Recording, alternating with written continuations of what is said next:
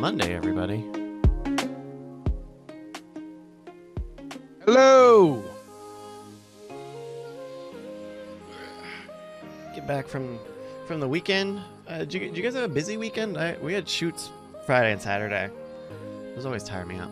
Oh, you are muted, Andrew. Love you. I love all of you. I was in bed like Saturday, sick. Oh no. Yeah. Weren't you sick a few weeks ago too, or is this the same thing? I'm just getting old and just prone to, disease. Mm-hmm. And my girlfriend, she'll be like, "Oh, I'm getting it too." She'll cough twice, and then she'll be better, And I'm like, "Well, here's my will. It's not gonna make it." I know, if there's a plague, I'll go first. I know this. I don't worry too much about these things because whatever's out there, I'll get it. I'll read about. I'm not like a hypochondriac at all. But, I'll read about it. I'm like, I'm probably infected now, and Yeah. It always happens when I'm writing a book, and I'm in the middle of writing a book. But then yesterday, I made great progress. So yeah. But eventually, you're gonna be one of the grandparents from Charlie and the Chocolate Factory, just posted up in bed. Oh yeah. Which is the communal bed. That was weird. That creeped me out as a kid. It's a weird movie. Yeah, it's a weird idea of it's. I don't know. I don't know if that's like an object of its time, or what, or the time I guess it's trying to depict even. Roald Dahl's a guy that is brilliant and amazing, but I'm afraid to know more about him. Yeah. Yeah. How far are we gonna go back on a lot of this? We are blessed to live in a time of enlightened social responsibility, but as we, I think, rightfully bring a reckoning to artists like R. Kelly, how far back are we gonna go?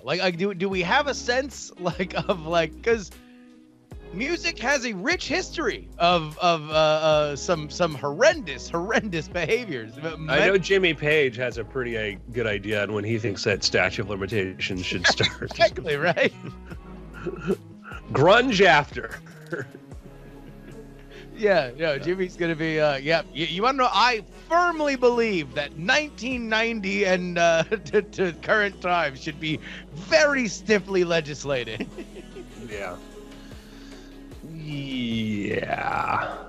No, it's a fair question because it's you get into the slippery slope of, well, it was different then. It was different in Atlanta in 1996. Yeah, well, that's. I mean, obviously, part of the reason why we're having this moment is that culture has changed. It's the reason why we kind of feel. Sure. The effects of it. So obviously there is an element of oh, okay, well, these things were thought to be okay and then they were not okay. Well, the thing that, and with R. Kelly, the thing that sort of I can't figure out is I don't know if I can't, but we knew he did bad stuff in the 90s, really atrocious stuff that was pretty atrocious, acquitted, but it was kind of the evidence was there, if you know what I'm talking about. Yeah. And artists continued to work with him. People continued to do stuff. And kind of the new stuff about him is this was out there before. Why was it okay to work with him before? Nothing changed dramatically in the last 20 years about, I don't know, treatment of underage children, stuff like that. That's a thing to me. And I kind of think it's just sort of, it's a little disappointing when you think about what changed was there wasn't an economic hit if you did it. Because I remember I was amazed when R. Kelly still had music play and whatnot when I'm 20 years ago. I'm how is this still happening?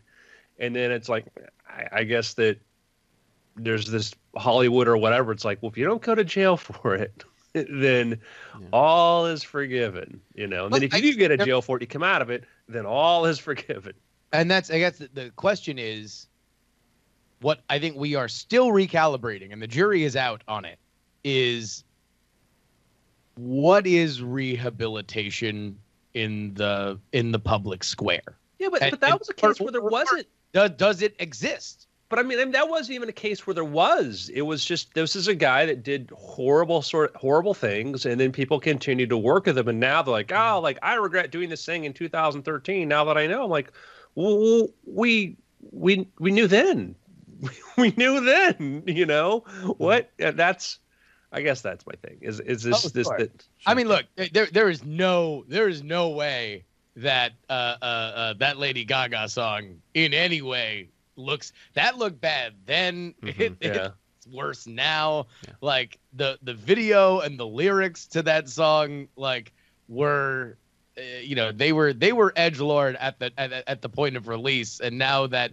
she has to her own credit to her talent rehabilitated herself as this award-winning actress, I think she feels less into that provocateur model where she even wants to defend anything like that. Well, in that specific instance too, you could make the claim like a big pop album like that takes time to like go through the process. I can see a world where someone says, "Oh, we're going to like reclaim. We're going to like comment on. This is going to be a commentary on R. Kelly because it's R. Kelly."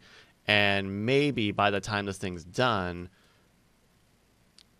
people will be ready for it, and people weren't ready for it. But or ready is not the right word, but primed to try to make that like turn the corner move when clearly the timing on it was not right.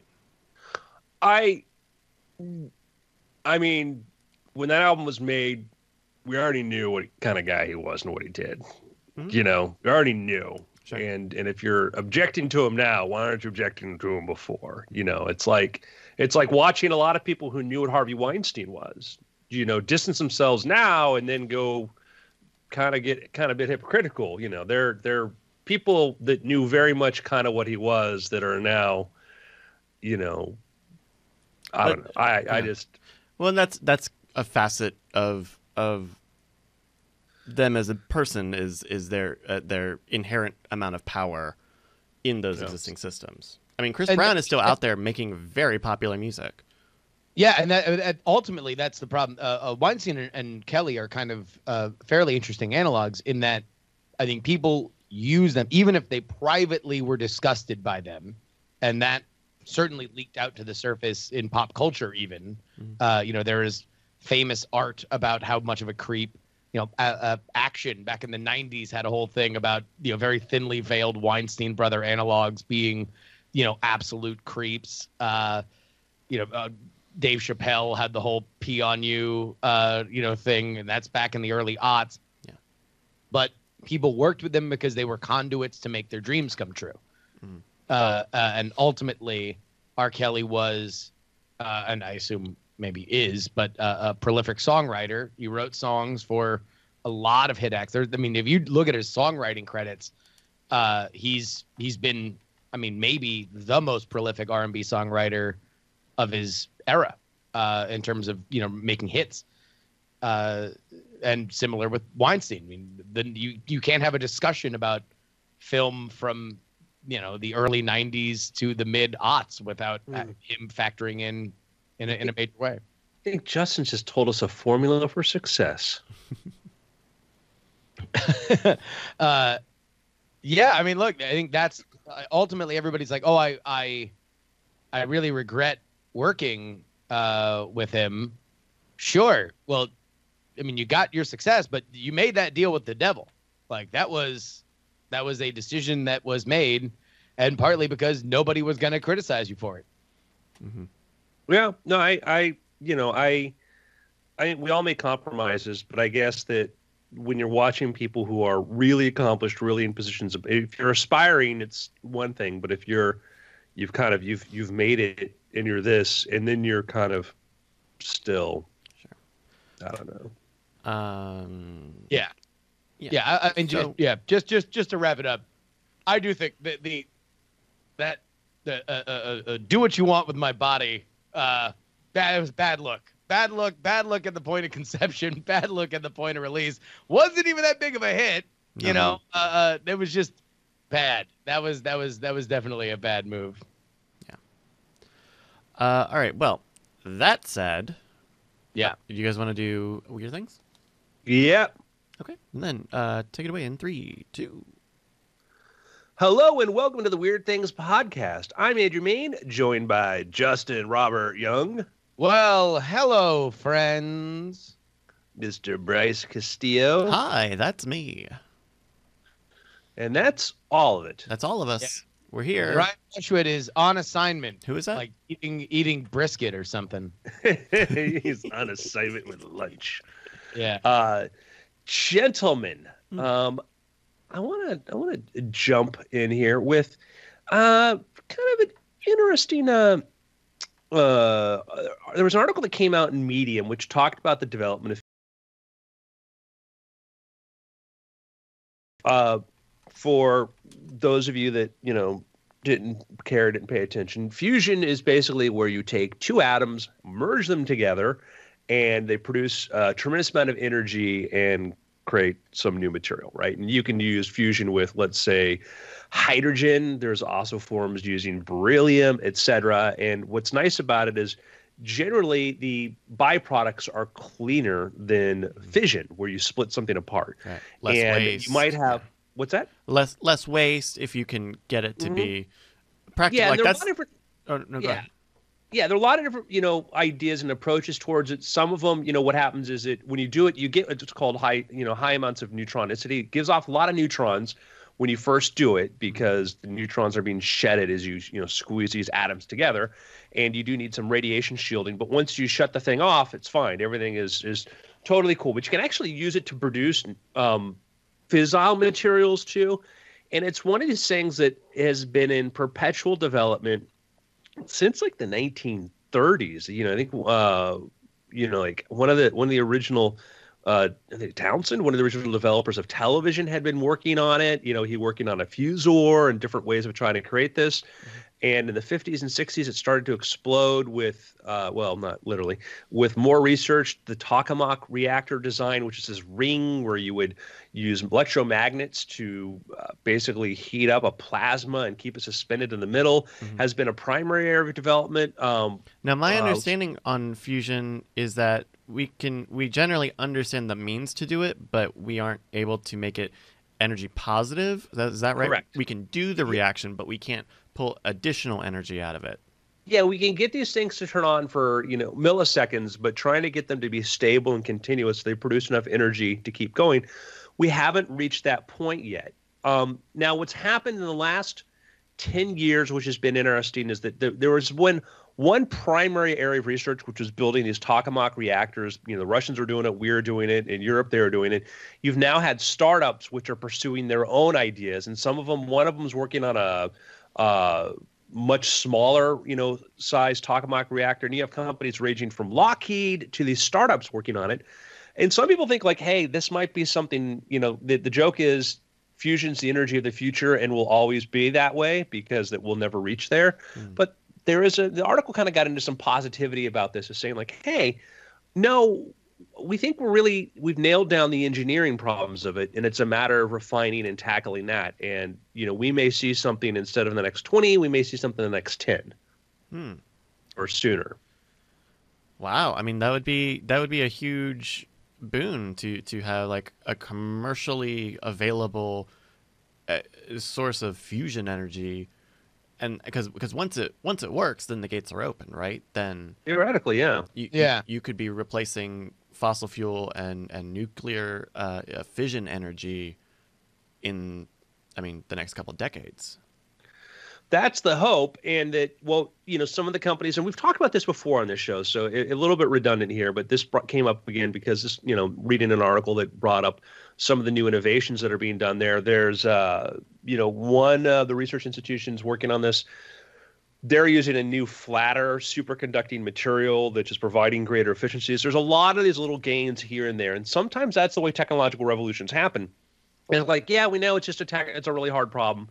And then one day it happens because you get enough little incremental improvements here and there that you get a big leap. And some companies are working with the idea that the fusion reactors they're trying to create would be able to be placed into existing facilities right now where we use diesel, or excuse me, where we use like natural gas or coal or whatever produce energy. And so you can pull those power plants out there, put the fusion ones in there, have them heat up the water and the turbines and whatnot, and generate electricity. So, well, and that would be huge if the technology was such that you could convert existing structures and ideally plug into existing power infrastructure. So what happens, let's say that we get in the next 5 years, we do get this. Hey, we think we found a system. It's a little pricey, but we found out it's cheaper than any other form of energy that we have right now. And, we're going to get a massive investment to redo the electrical grid. That's going to happen. You're going to see countries invest heavily and, co-finance to make this thing happen. And we could be looking at, the whatever we want to, the fusionifying, fusing our electrical grids over the next decade. And part of the hope of this is because it's a much cleaner form of energy, and arguably one of the cleanest forms of energy you have with the most minimal forms of environmental impact. You would be reducing CO2, you'd be reducing the emissions and the particulates and other things in there. Not to mention stemming mining and fracking, like just the environmental elements of getting fossil fuels as well as uranium. So my guess is we've gotten rid of things we worried about before. We don't worry about the ozone layer right now. We don't worry particularly in the United States, so much about worry as much about air pollution as we used to, right? We've got our air pollution way, way down, even more so than many European countries, which is something that's, we have different standards than they do. And actually we have cleaner air in our cities than a lot of places in the world. But we've seen this. Acid rain isn't the concern that it was before. How much does it change? How much does it not change? Well, if part of your question is, will we find a way to fret about it?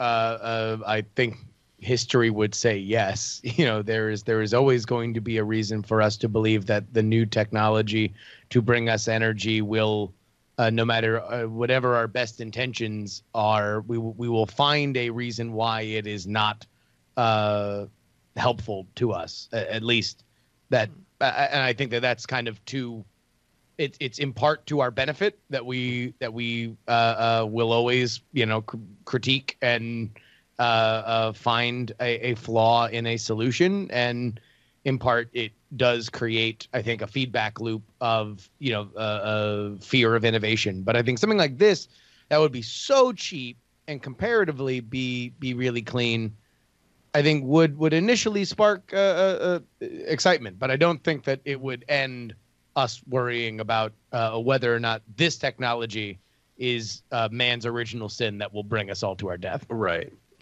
I mean, it would have to be a huge boost to, say, the EV market, electric vehicles. Of, hey, we have cheap, almost unlimited energy now. Let's start shifting away from fossil fuels, and you could probably see a pretty active push to try to refresh kind of the existing active vehicle, whatever you want to call it, population in the world. So something to think about. I mean, we're all obviously very for it, and just because we're going to worry about something else is never an excuse not to move forward. So it's an area we'll keep checking in on, and hopefully we'll be able to say, hey, guess what? But actually, before we move on, I wanted to have kind of a little bit of a more esoteric conversation about that idea, the framing device of it could be 20 years out, but because of this, but because of progress, it could be 10 years out. Because I've always found that framing device, and maybe just because we don't have a better one, to be a little bit misleading in that it assumes that all progress is on some level incremental, and that's why we can break it down into a time frame of okay, well, this is next year, this is 5 years, this is 10 years, this is 20 years, this is 50 years, this is 100 years.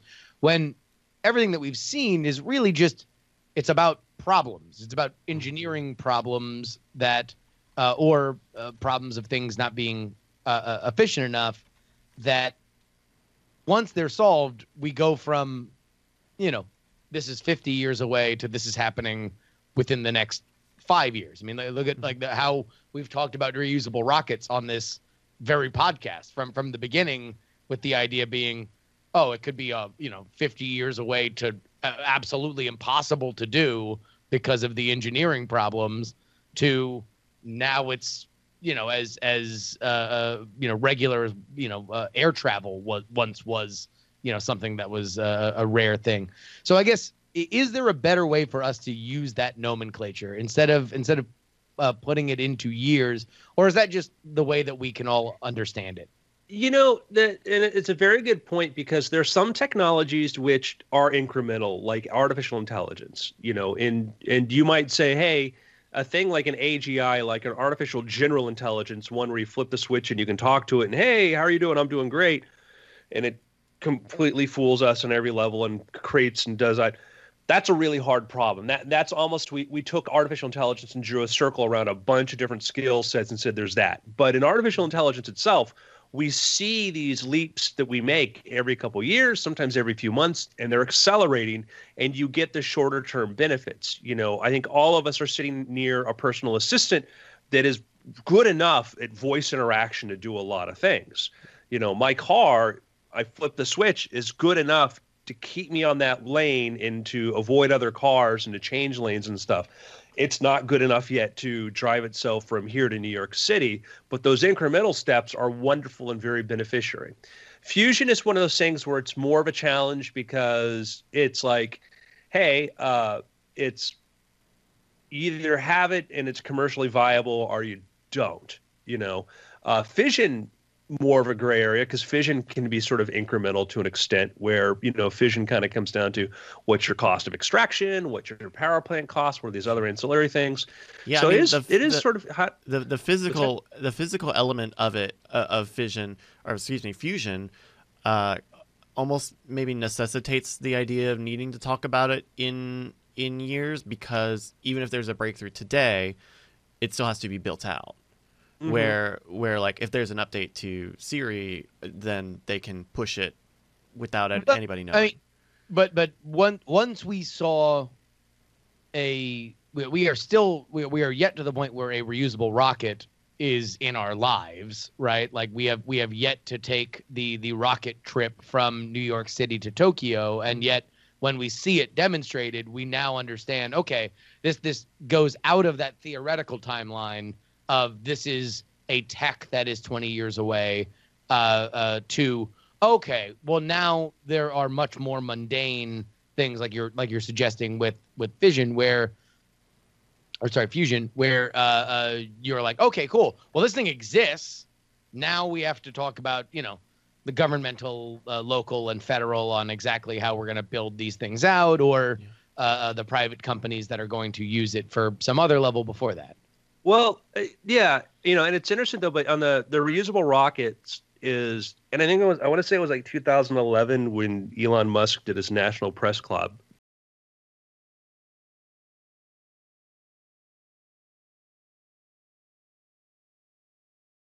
Some other idea, and it was 5 years later that we started to see, the landings of the grasshoppers and all this. And now we're in a world where they are real. And they're having an impact. Like SpaceX just let go of 10% of its workforce over the weekend. And basically the reason is that they're shifting their focus now to building their next generation fully reusable rocket, Starlink. And because they finished primary development on the Falcon 9 reusable, they don't need as many boosters now. They don't need to make as many boosters. And so they're kind of like, well, we had a lot of our manufacturing was geared towards making this, and coinciding with the softening of the launch market for the next 2 years, they're like, well, we're going to let go of people. And was part of, some would say, the success of reusability had a real effect right now, which is sort of, kind of an interesting sort of thing, looking at the consequence of that, Mm-hmm. But I get like, yeah, I mean, I think reusability is a lot like kind of fusion in the sense that, like, if it works, and there's a time between when we know that it can work to when we see the economic thing. But once we watch the Grasshopper test rockets come back down, we're like, this is a solvable problem. This is just a matter of keep launching, keep crashing, and until you don't crash anymore. We haven't had that moment yet with Fusion, but we might be. I guess that's my question. Is there like some sort of DEF CON problem setting where it's like, all right, so the lowest form of it is we've proven the tech, or we are fairly certain that, like AI, this is a matter of computing power and server space and the interconnectivity of incrementally evolving products, and we get a sense where we can draw a fairly accurate roadmap of, okay, things are progressing at this level, chips are getting faster, the server space is more abundant and freer at this level, so now we can use these things. So at this point, 5 years down the road, we believe that things that we are hitting our heads on the ceiling will be possible, versus this is going to require something that we have not yet seen be done. I think it's the first. I think like Fusion, it's like the first. It's saying, hey, it's an engineering problem. We know the physics. We've spent tons of money on this because we understand the physics of it. But it comes down to, we think everything we understand about it is a matter of improving tolerances and improving overall the kind of machinery you're using. AI, some would argue, Kurzweil and others would argue that AI is in that category too. It just really is an engineering problem. Other people might say like, no, there are still some profound things we need to understand about, how we humans process information. And until we can understand that, we're not going to be able to know how to make a system that does things that we do or thinks like we do or improves upon that in a dramatic way. So I would say there's more debate, maybe even in AI, as far as getting to the AGI than there is Fusion, but because AI is something that's more complex in some ways, a lot of ways, we sometimes feel like, well, that breakthrough could be next week, because it is going to be some special self-learning algorithm, or is something that all of a sudden can happen, and then we have it. Or it could be something that eludes us for 100 years. There could also be a tough thing where, in the example of SpaceX with the, planetary travel from New York to London or whatever, that the upgrade to the global power system with fusion technology, I don't know what those immediate benefits look like, right? Like it would obviously be more cost effective, reduce waste and environment and fuel and stuff. But there's not like a thing you can hold on to with fusion power just yet. For me, it kind of still comes back to space travel. When you get to the point where energy production starts getting so ridiculously inexpensive and you have so much extra energy you can use, things we've talked about before when he had Jonathan Madajan on to talk about the lab he was working on beam propulsion and doing things like that. There was a I think it was MIT or some group, they built so far the most successful electrostatic airplane. It's an airplane that uses these wings. It was a model airplane that basically uses an electrical charges particles, and they move from one surface to the next, creating airflow. And they flew this thing inside of a gymnasium, and it was a kind of a really cool thing, this super silent, eerie flight, watching this airplane fly. And because there's no moving parts, it's just using, and this is, people have been building lifters as hobbyists for years.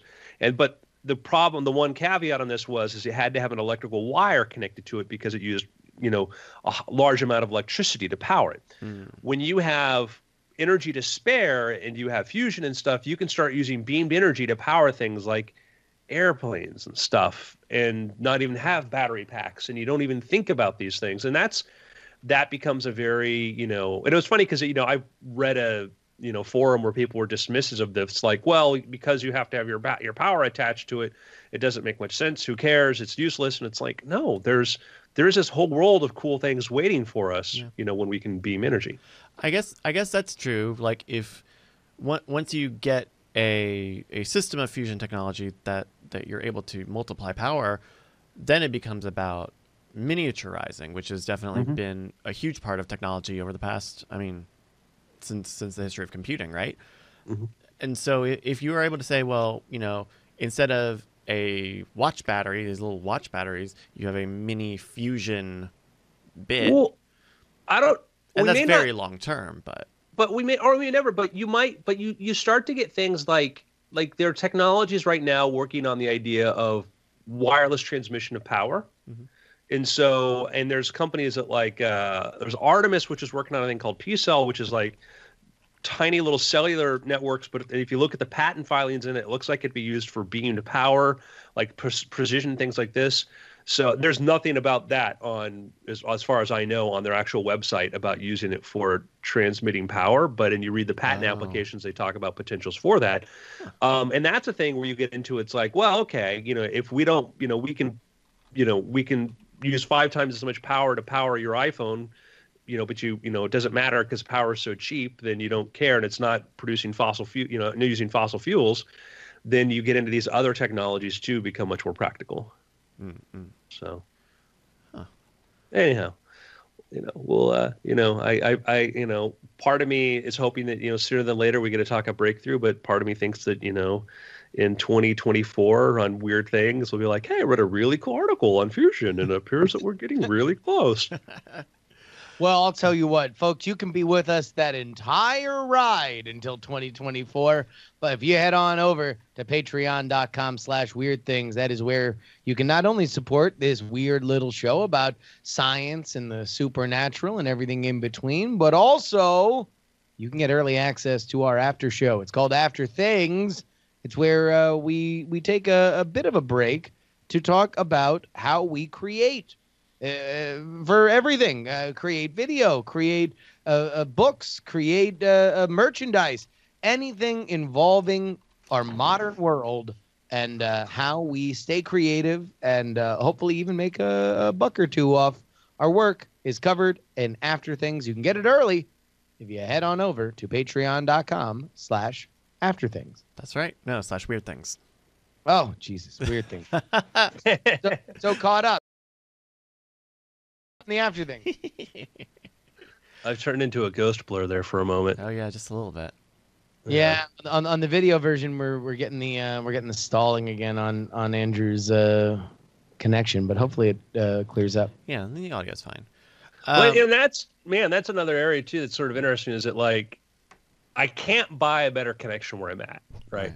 Cannot purchase a better one, and we're in 2019, and this is the state of things.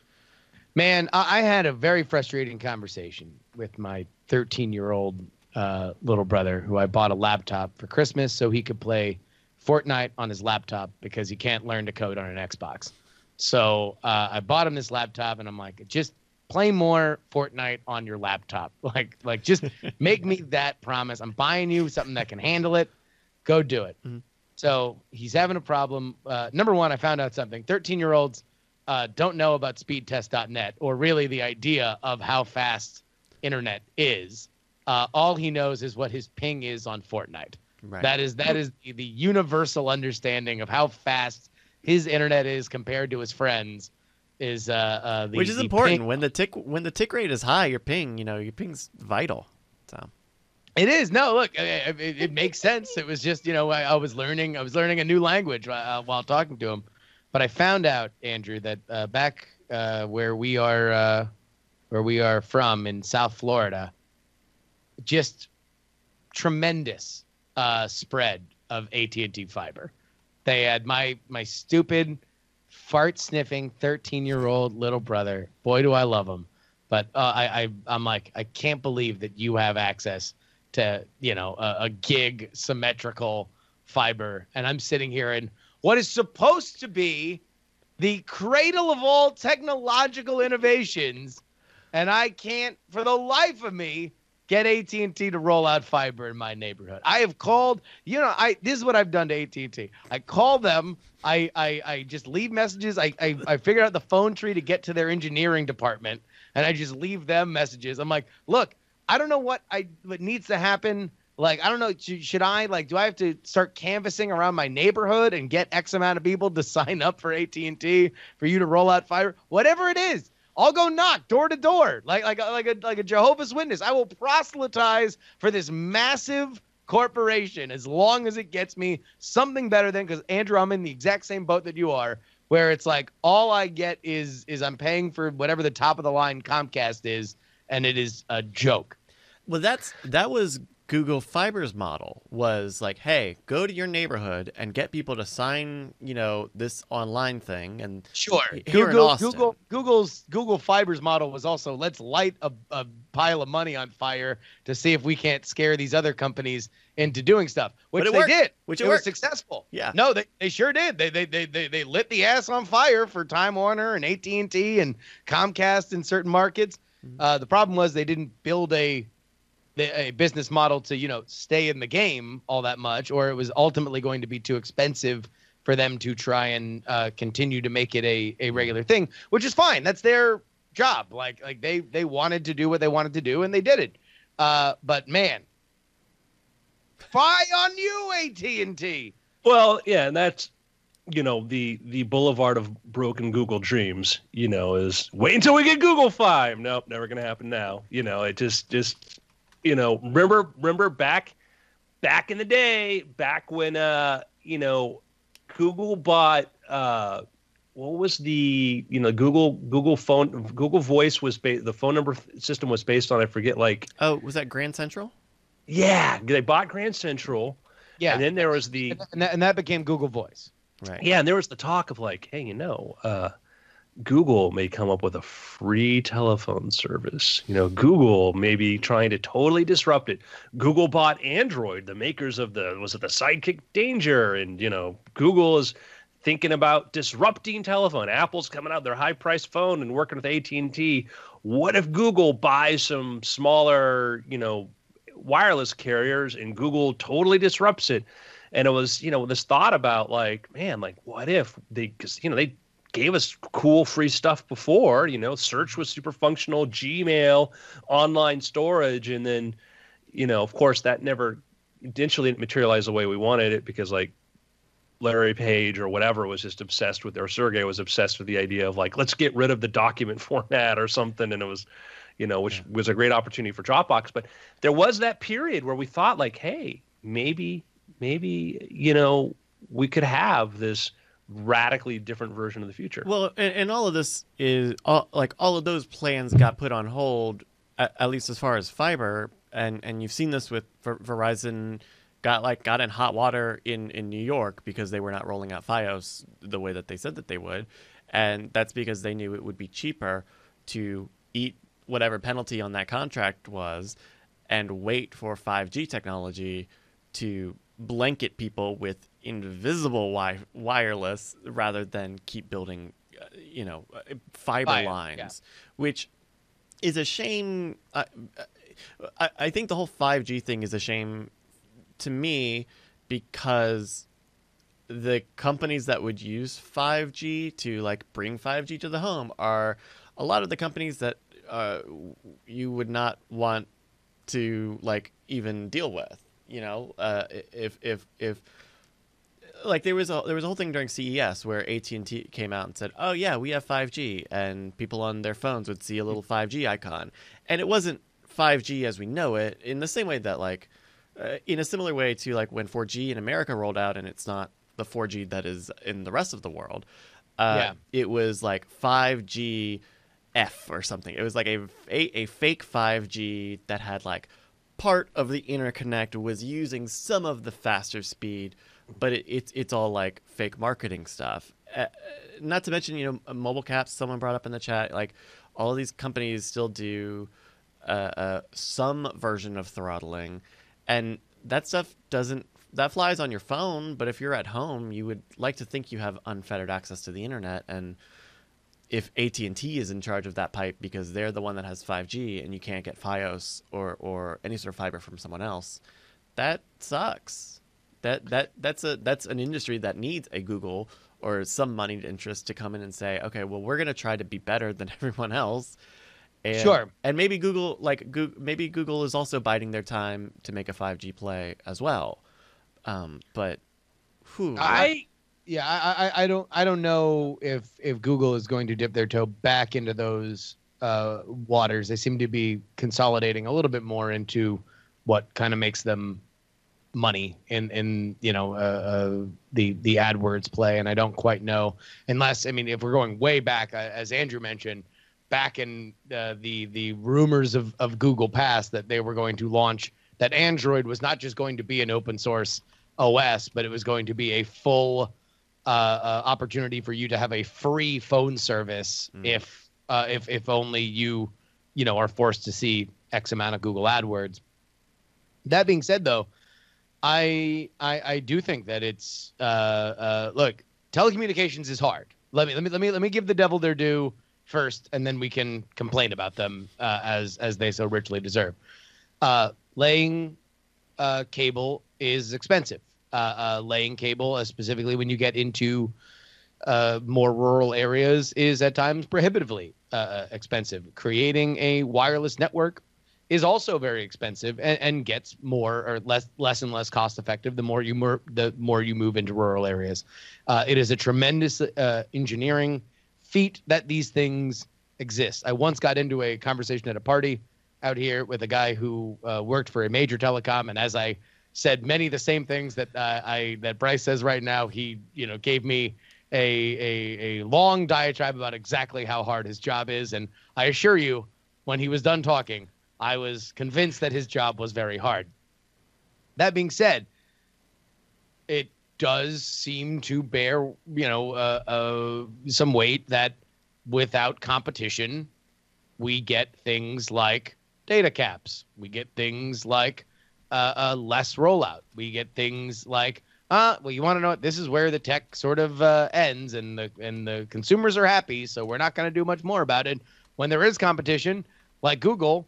And again, it took them pretty much deciding to light a gigantic pile of money on fire to do it.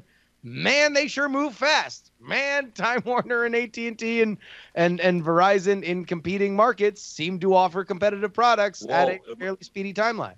Google moved fast in the cities that made it very easy for them to move fast. That's the problem with fiber versus like 5G or wireless. Yeah. Fiber means laying cables, and laying cables it's construction. hard 150 years ago with telegraphs, and then laws put in place so that we didn't have, like, anybody who wanted to have a telegraph company didn't start stringing wire. The same with telephones, and then power is that cities put limits on these things, and to prevent, I don't know, things like fires and stuff like this. It tests the libertarian limits of myself when you go like, no, I understand why we have California wildfires. Probably could have, some of them have been caused by, electrical power, electrical cables. What would have happened if we had, 40 different providers stringing cables through forests and stuff? With fiber, that's not the problem, but it's like, it's digging things up, it's putting things through there. And sometimes the holes are already there and the conduits are there, but the hoops you have to go through and the entrenched people there, cable companies do not play nice. They do not play nice. So, there are stories about, like, people wanting to have town meetings to decide about, are we going to let another cable company come in there? And the cable company is parking all their trucks on the roads to stop people from showing up at the meeting. The lengths to which people go to protect these things. So, the advantage of wireless and stuff is theoretically, hey, if we go wireless, well, then it's cheaper. That's what's helped us, provide internet access to the rest of the world, where it's too expensive to lay cable and stuff. But I remember getting my hopes up about WiMAX. I bought a WiMAX phone, and I'm very mad about it still. I didn't even know they sold them.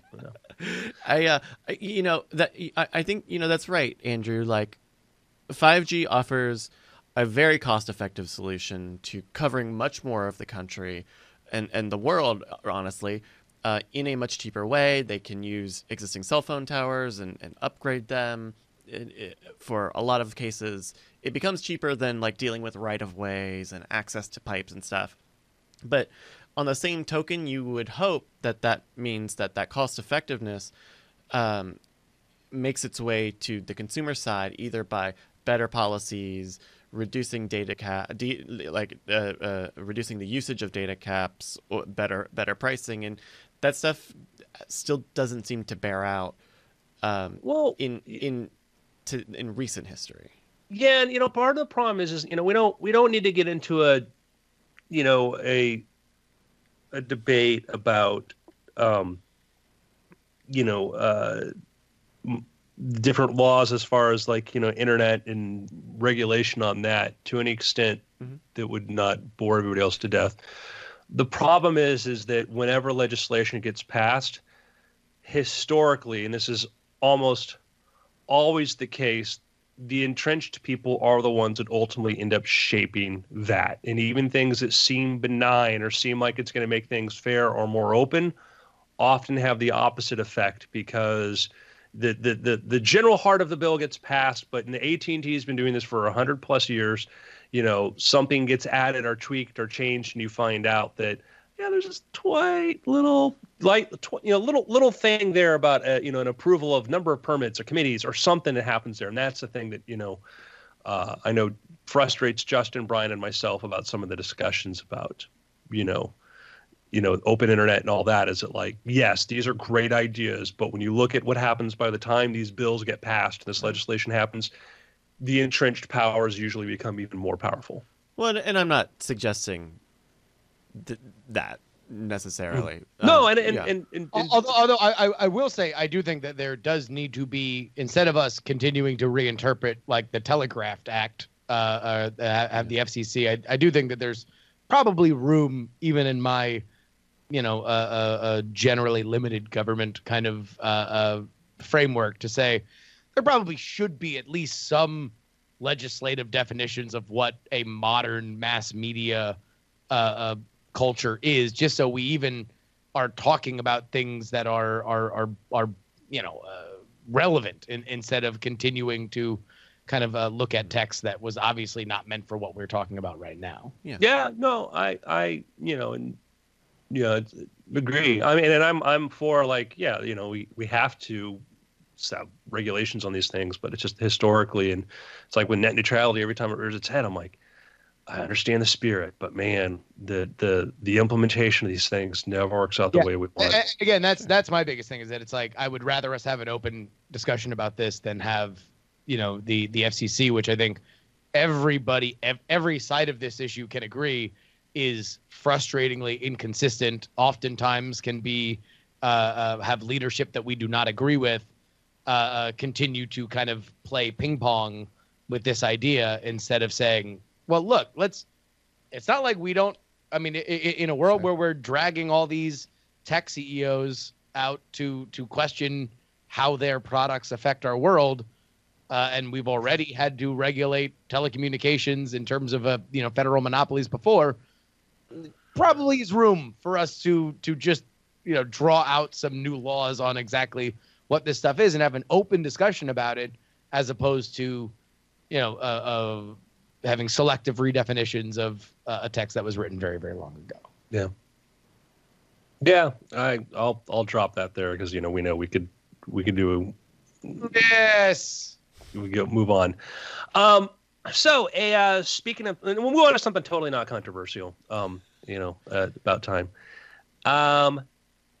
There was a study that just came out, a comprehensive review by some Italian researchers, and I think it's in Science Journal, I think it is. And what they wanted to do is let's take a look at all of the data out there about GMO, but using genetically modified organisms in food sources, whatever. Let's take a look to see, have we found any effects, any things for cause for concern, etc. And the answer is nope. GMO is, probably one of the safest food technologies we've ever had. There has been just no instances of that we can, there's in all the studies, there were some studies that came out and said, oh, we think I found a problem. They found out, gone back, looked at it, said no, flawed research, whatever. As far as the amount of research that's gone into this, it's one of the most thoroughly tested things we have out there that affects consumers, affects food, affects our safety. And the results keep coming back. This stuff is safe. Not only is it safer, it's actually improving food quality, making things safer. And this just came out like a few days ago, the study which shows this. Yet, you walk into a supermarket and over the loudspeaker, somebody says, check out our GMO-free cookies. You walk into certain restaurants and they see on the front, like, proudly serving non-GMO blank. Mm-hmm. What is the disconnect? Because I know the people who are some of the most anti-GMO people are people who would consider themselves extremely pro-science. Yet we have this barbaric medieval attitude about this, and I know, and so what's up? I mean, it's probably very similar to the arguments of like fluoride in public drinking water, right? The idea of like someone tampering with what you would consider a rather natural sort of element to the world, right? A man messing with water, a man messing with food, someone like it.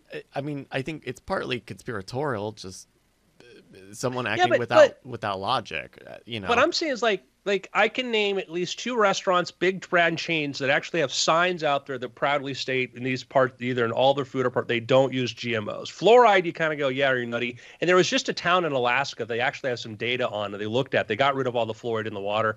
Guess what? Kids are having more cavities. Shocker. This is a mainstream view. This is a very anti-GMO stuff is very, very mainstream. We should also point out for the listenership here that Andrew lives in Los Angeles, I live in the Bay Area, and Bryce lives in Austin, which is very often referred to as the LA or San Francisco of Texas. So like we are in places where signs trumpeting anti-GMO stuff would Chipotle is everywhere. Chipotle is everywhere. Chipotle is everywhere, Yes. right? So I'm not trying to belittle the point, because I do think that it is worldwide. But in case there is a reaction from listenership, let's point that out for the sake of pointing it out. I will say there is just CVS. I was in CVS when I heard the loudspeaker announcement of the GMO-free cookies. Is that national though? Sure. I understand there are certain things that are bubble, but I mean, I'm talking about like these are all national chains. Mm-hmm. Well, so I just googled GMO, and the very first thing that came up was something that looks very clearly paid for by something called the Non-GMO Project, and it is a pretty negative stance on GMO foods. Here's a part of it. I'm going to read this quote from this heading: "Why should you care? Genetically modified foods have been linked to toxic and allergic reactions, sick, sterile, and dead livestock, and damage to virtually every organ studied in lab animals. The effects on humans of consuming these new combinations of proteins produced in GMOs are unknown and have not been studied. See more on this list." So, which is false. Sure. False. I'm not saying it's not false. Yeah. No. Yeah. But yeah. These are the talking points. The idea that like, oh well, genetically modifying animals, giving them a different type of food affects their internal systems, and if we say that we don't know what it does to humans, then you get to put 2 and 2 together on that. Feed them at 2 o'clock has a different effect than feeding them at 1 o'clock.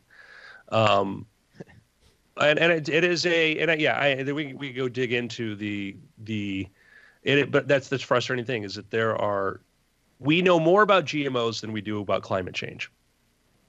And we understand way more about there are so many more benefits now. We're seeing improved crop yields, less use of pesticides, fertilizers, all these things. It's having a very good positive effect on us, but it's one of these things where it is, and there's many different kind of like things, but like, one of the great uses for GMOs is less pesticides, less other things like this. There's a lot of bad information. And I think it's a frustrating thing because if you want to look at one technology that can help save lives right now, improve the food quality around the world, we're improving crop yields, but we want to improve the nutrition content. It's this. Does this plug into our earlier conversation about fusion? That we can have something that does have a very obvious positive benefit, and yet we will find a reason to understand that it is indeed our original sin that is killing us. Perhaps. I think that And I think that it's a, I get frustrated because I will watch people on one hand, make passionate cases for environmentalism, climate change, things like this, and then those anti-science idiots, and then these people who are criticizing them quickly say something stupid about GMOs or ill-informed or whatever, and it's like, I don't think science plays any part in what you care about. You only like it when it reinforces a belief you already have.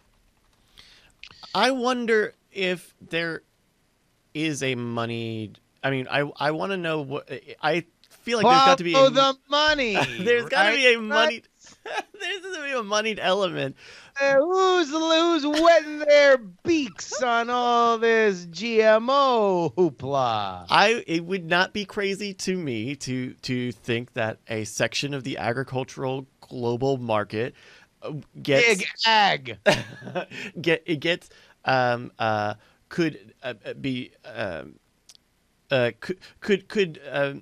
could not benefit if would be damaged if people are suddenly okay with GMOs, whether it is slightly more expensive to develop that technology, whether a certain company or conglomerate is behind in getting that technology, and would rather. I don't think that maybe, but I know it's a mindset. I mean, I know the mindset. I see the mindset out here, and it is this. It's a kind of an anti-technology, anti-industrial sort of attitude. That's where it comes from, that I see it, and that's a very, very pervasive group. And you get people who are, get groups who look. You start talking to people, these groups. I don't think they're astroturfed by corporations. They're funded by individuals and people who have money who just have this adverse, irrational fear to this sort of thing. That's what I've seen. And you when people this sense of what purity is supposed to be, whatever. So you think it's more people trying to exploit a human's tendency to see those. Those ideas? I think it's and Andrew can correct me if I'm misstating his argument, but that this is for some a natural, logical in their own brain place to land. That this is, we have strayed too far from the path of nature's choice for us of how we are best meant to survive, and that this is the latest example of it. And then you can tie in, like most conspiracies are conspiracies kind of sewn onto other conspiracies, but then you can drive in the for the drive of the almighty dollar, look what we've done, even to our own food. We've tried to stretch the land too far. We have tried to squeeze too much out of the natural harvest that we have been given by Mother Gaia, and this is our downfall. Our greed has finally reached into our own plates, and we are poisoning our children. I think that there is, technology is littered with the idea that with every advancement, or even stuff like I think you were right to point out fluoride in the water, that it's like, hey, look, this is a way that we could safeguard against unpredictable water supply and just general health amongst its inhabitants. And we look at it, some look at it and say, like, why? Water's perfect. And now you're adding this for some nefarious reason. There is, I think, I hesitate to call it natural, but I think that there is just a line of thought that is, hey, we are spurning our parents, our natural path. Yeah. I mean that's I think it. Yeah. So. Anyhow, anybody out there who's, and again, GMO is a technology that could be used for, you could, genetically modify organisms to do bad stuff if you wanted, but, I could cultivate, a strain of apricots with way higher amounts of cyanide in them, like without even having to use GMO, but it's a thing that categorically we've seen, just numerous benefits from this. As far as adverse health effects and all that, we've not been able to measure somebody so much as getting a single cough from this. Yet the attitude and the vitriol at which it's regarded by some people just seems, it's highly irrational to me. And again, I'm not saying accept all technology with no checks or whatever. Not my point at all. It's let's look at these things much more rational. I think that is the frustrating part, is that the conversation becomes about the practice in general and not the regulation of like, okay, well, what's good, what's bad, how can we, what should we expect from it, what are pitfalls of it, instead of it is just kind of a conversation about whether or not it at writ large is good or bad. That tends to get folded into branding. I mean, really, the GMO is just a new way that we can say organic. That's how it's used. Non-GMO is just a new branding term that is basically applied to the same kinds of applications in terms of the businesses that want to make a big deal about it. I wonder how much of this is also piggybacking off of the idea, not even the general negative publicity around high fructose corn syrup over the past decade or so. Right, the idea of like, oh, well, this is a substitute for something that is for say sugar, but it's got these various effects, and whether there are remnants of that idea and that feeling of like, oh yeah, like companies shouldn't be messing with the food, and that is specifically what GMO is in a very abstract sense. Well, yeah, I mean, we're going to find, we'll go back 100 years ago and we'll find arguments for advertisements for the more natural version of this, use this, use Pall Mall's more natural nicotine, Yeah. Much more full of flavor. And we're going to find that. Again, I mean, I don't know. My point is always that nature is, and will forever be trying to kill us. And it's only through its subjugation that we survive. So we are in active competition to make nature yield to our benefit. Yeah. Monkey Bananas of the Boston Monkey Bananas brings a very interesting point. I wonder what percentage of people who go to CVS and use their pharmacy are also against GMOs. Those are two circles that don't seem like they ever intersect. I'm inclined to say the opposite. I think it's a thing that people hear it and they don't know enough about it. And there's a very, very, very vocal anti-GMO lobby that is trying to influence the rest of us. When you walk into a restaurant, like I say, like Chipotle, which I don't know why I would, and you see we don't use GMO, we don't use this, or we don't do that, you realize that there has been an influence. The push for legislation to try to have to label things that use GMO or not, which gets to be very convoluted and very complicated. The fact that it's a thing that people proudly advertise shows you that the pseudoscience has had way more influence than perhaps it should. Yeah. I mean, I could go on about, the stupidity of banning plastic straws or bags. So, but I'll spare everybody that. Do we have time for one more thing? I found something. Yeah. Oh yeah. Bryce. Yes. Please. Let me find the right name of the person who sent this in. But they sent along this news story, as people are welcome to do. There's an email in the show notes that you can see on how to send something.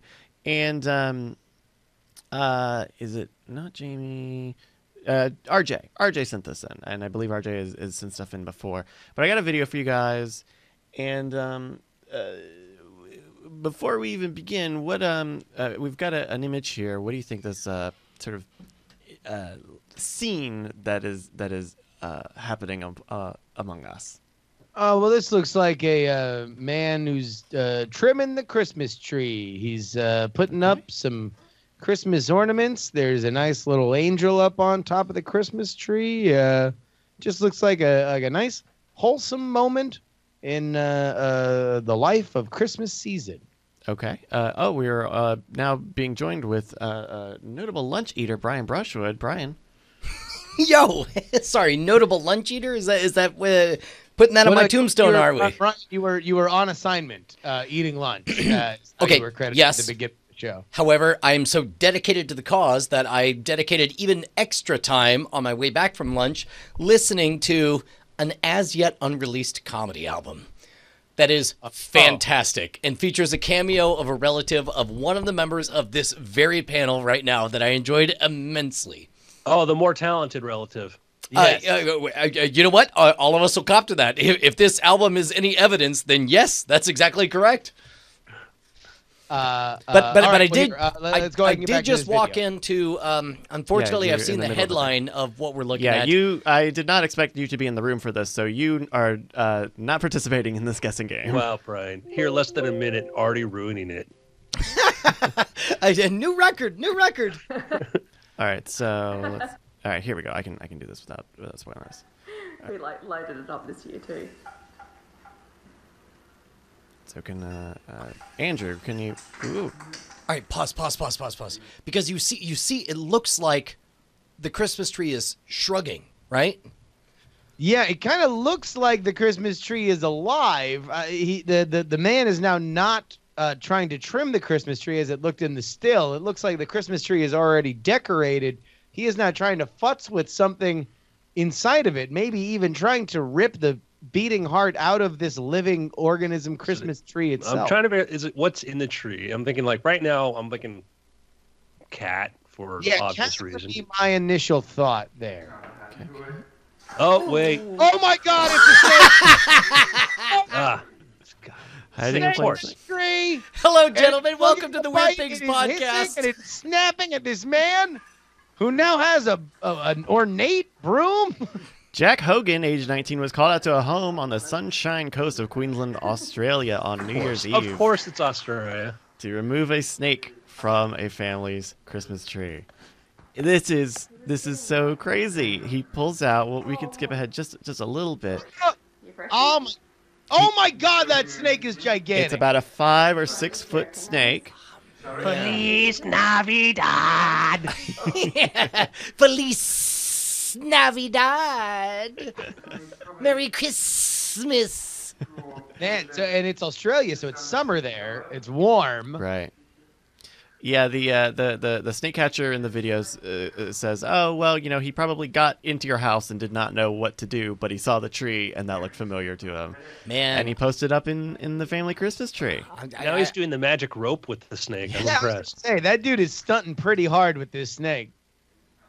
So you can just see it pop out right. Ooh, I think you guys underestimated the length. That looks like at least a 6 foot snake. Like I said 5 or 6 feet. Dude is holding it out end to end, and it's still got curls left in him. Yep. Oof. So, snakes, everybody. That's another Aussie Ripper summer for me, the snake. I wanted it to be an adorable cat. Meow. Australia would have none of your fanciful ideas. No, the snake ate the cat. Oh no. Want to do picks? Let's do picks. Picks. I got a pick. I've been working my way through this since it came out on, I think, New Year's Day, and that is the new Netflix series Tidying Up with Marie Kondo. I mute myself. What just happened? Okay, all right. Did somebody like have a cultural bias explosion or something? know. Look, It's the most priciest I mean, picks. you're not wrong. It's You're not wrong. Japanese, But it's we're very very simple. accepting here. Let's show this. this is a very sweet show. So Marie Kondo is a Japanese. She's well known for. She wrote a book called Tidying Up on her methods of tidying up messes in homes, and so this short series, it's only like 8 episodes. It's set up like any home improvement reality show. She goes into people's homes and talks them through the process, and then she leaves because she mostly lets them do kind of all the heavy lifting. And then you get to see their homes look a little bit nicer. It's so weird because it is definitely a home improvement show, but it is incredibly low stakes. In a lot of the episodes, the You homes. think? Well, okay, look.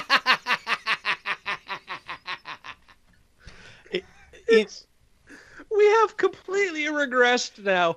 We've completely regressed into infantile, man baby world. We now watch a show about cleaning your room. Okay. Okay. No, First of all, all right, I'm there on we Team go. Bryce on No, this there we because go. I've watched my daughter, who is in love, like her number one form of entertainment now are the YouTube videos. Have you seen this? Where it's just somebody taking action figures and dolls or whatever Sure. and just talking through scripts, and clearly the Playing hands are with visible. toys, yeah. Yeah. And she loves it because it's almost like an adult is paying attention to her. I'm gonna make a fortune, and what I'm gonna do is I'm gonna take all the unboxing videos and play them in reverse. You're going to create the boxing movements. Boxing videos, yeah. Well, I definitely know this is very low stakes. You look at some of the homes that she goes to, including the very first one. Someone decided to make that the first episode, and it's like, this house is not even that bad, but it's like any home improvement show. It's interesting to see. She shows you how she folds clothes. She talks you through how she gets rid of things that you don't need or don't like anymore. I think that's the biggest thing. And I became aware of this lady because a friend of all of ours, Shannon Morris, had her book, and so we all wound up talking about it. But like the idea being that you are not just tidying up as in putting things away, but rather there is a psychological element of letting go of things. And that's kind of, and you even see that in all the branding of like, that, or the meme that kind of went around over the weekend about like, does it spark joy? Does this spark joy? Does this not spark joy? So anything that you see that you might have non-joyful feelings about, you need to throw away. You need to get out of your life. However, goodbye penicillin medication. Ideally, that would, but it's a neat show, and it's pretty short. It's as a piece of reality style television, it's really weird to see the way that it is shot. If you're someone who kind of looks at that stuff, kind of can kind of dissect that stuff, it's worth checking out an episode or two, because Maria Kondo only speaks a little bit of English, so she has a on-site translator who is a little bit a part of the process. But it's weird in that there are parts where Maria is speaking in Japanese and it's translated on screen, versus she starts to speak in Japanese and then it's dubbed over with the translator speaking in real time or dubbed over. It's not to mention it's shot very weird. But it's a cool little thing, and I am enjoying watching it. Andrew. Well, I mean, like she's adorable, right? That's the kind of that's really what makes it a television show, is that she is a personality, and to watch her interact with these people is kind of the entertainment value beyond, as Andrew so bluntly put it, watching people clean their room. Well, and it's earnest. It's completely earnest. She comes in and she does a little prayer in the house to like welcome herself to the house, and like there's a little bit of like, I think some of it ties into Shintoism and energies and the idea that objects have entities within them. I like the episode where she has to battle the closet demon. That was my favorite one. So I think that we can all relate to that feeling of chaos coming or order coming from chaos and a job well done, right? Yeah. And I think it's fine for us to say whatever the vehicle, whether it's a fictional narrative story or a quote unquote reality television thing or whatever, like your mirror neurons fire and you experience that sweet sense of satisfaction of a job well done, where it's like, I can breathe now. Everything is made right with the world. Right. I'm assuming that's the quote unquote drug that this delivers, right? Like how it's made, Yeah, no, exactly. Sure, yeah. Like that oddly satisfying, like, oh, good, another link has been made in this chain. I could watch this all day. Well, and this is maybe a little more educational because it's very applicable information, right? It's like how she folds clothes. Oh, you didn't and see the Saltine Crackers episode of how it's made, did you? Well, it's that's the thing where it rides that line between reality, which is like living pervasively through someone else's experience, and home improvement, which is educational in style and trying to pull actual information out of it. It kind of bridges that gap. So there is part of that, yeah. But you also get the sense that this is a very personal experience, because in a lot of cases some of these homes look fine, and you see the improvements and they look nicer and more tidy for sure, which is probably why they don't lean heavier into like hoarders mini Hoarders, right? Right. But Horrors. Sorry, hoarders was Hoarder horrors is something we can pitch. No. But I mean, hoarders is pretty much the 21st century version of the sideshow. Like, Jesus, look at these guys. Am I right? Right. These are more like if your closet's a mess, you know your closet's a mess, and that's something that you hide by closing the closet door. But when you are going to pull out a shirt and you see it's a mess, that's an everyday chaotic thing. Right. That does not spark joy. No, it doesn't. So that's the thing that I've kind of been giving a little attention to this week. My mom during Christmas would not shut up about like some Dutch lady in her blog and about the cleaning this and orderly this, and then before that it was some like French woman or whatever, I forget her name. I think she has the same agent as me too, and my mom just follows these. She gets obsessed by. There was a very Andrew Main statement. A very that weird aside drop. of like. Also, I think we have the same agent. Keep going It's though. fine. Yeah, it's fine. Hey, what can I say? You know, It's doing big star stuff, man. Don't even slow down. my mom. I remember anyhow. I digress. But So, do you think that your mom would be into Maria Kondo? oh my God, yes. Oh yeah. And again, like I'm laughing not because like Netflix is so dumb, but it was when Bryce said it. I'm like, of course, the two are meant for each other. I knew this was going to happen. This had Bryce written all over it.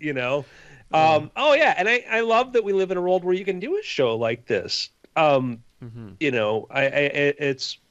And not just like a show of this content, but with like the author and this personality who is not an English speaker, doesn't speak a lot of English. You have to lean on subtitling and captioning and translations, and if this was like an A&E or a TLC type show, you'd find an American to kind of repackage all of this stuff. Yeah, to be blessed by Maria Kondo and do her version of it. Right. No, and I'll tell you what, it's blown up. I mean, it was like dominated my timeline over the weekend. People seem to really love that show. A lot of memes. And it's a neat, again, as absurd and silly as I think it is.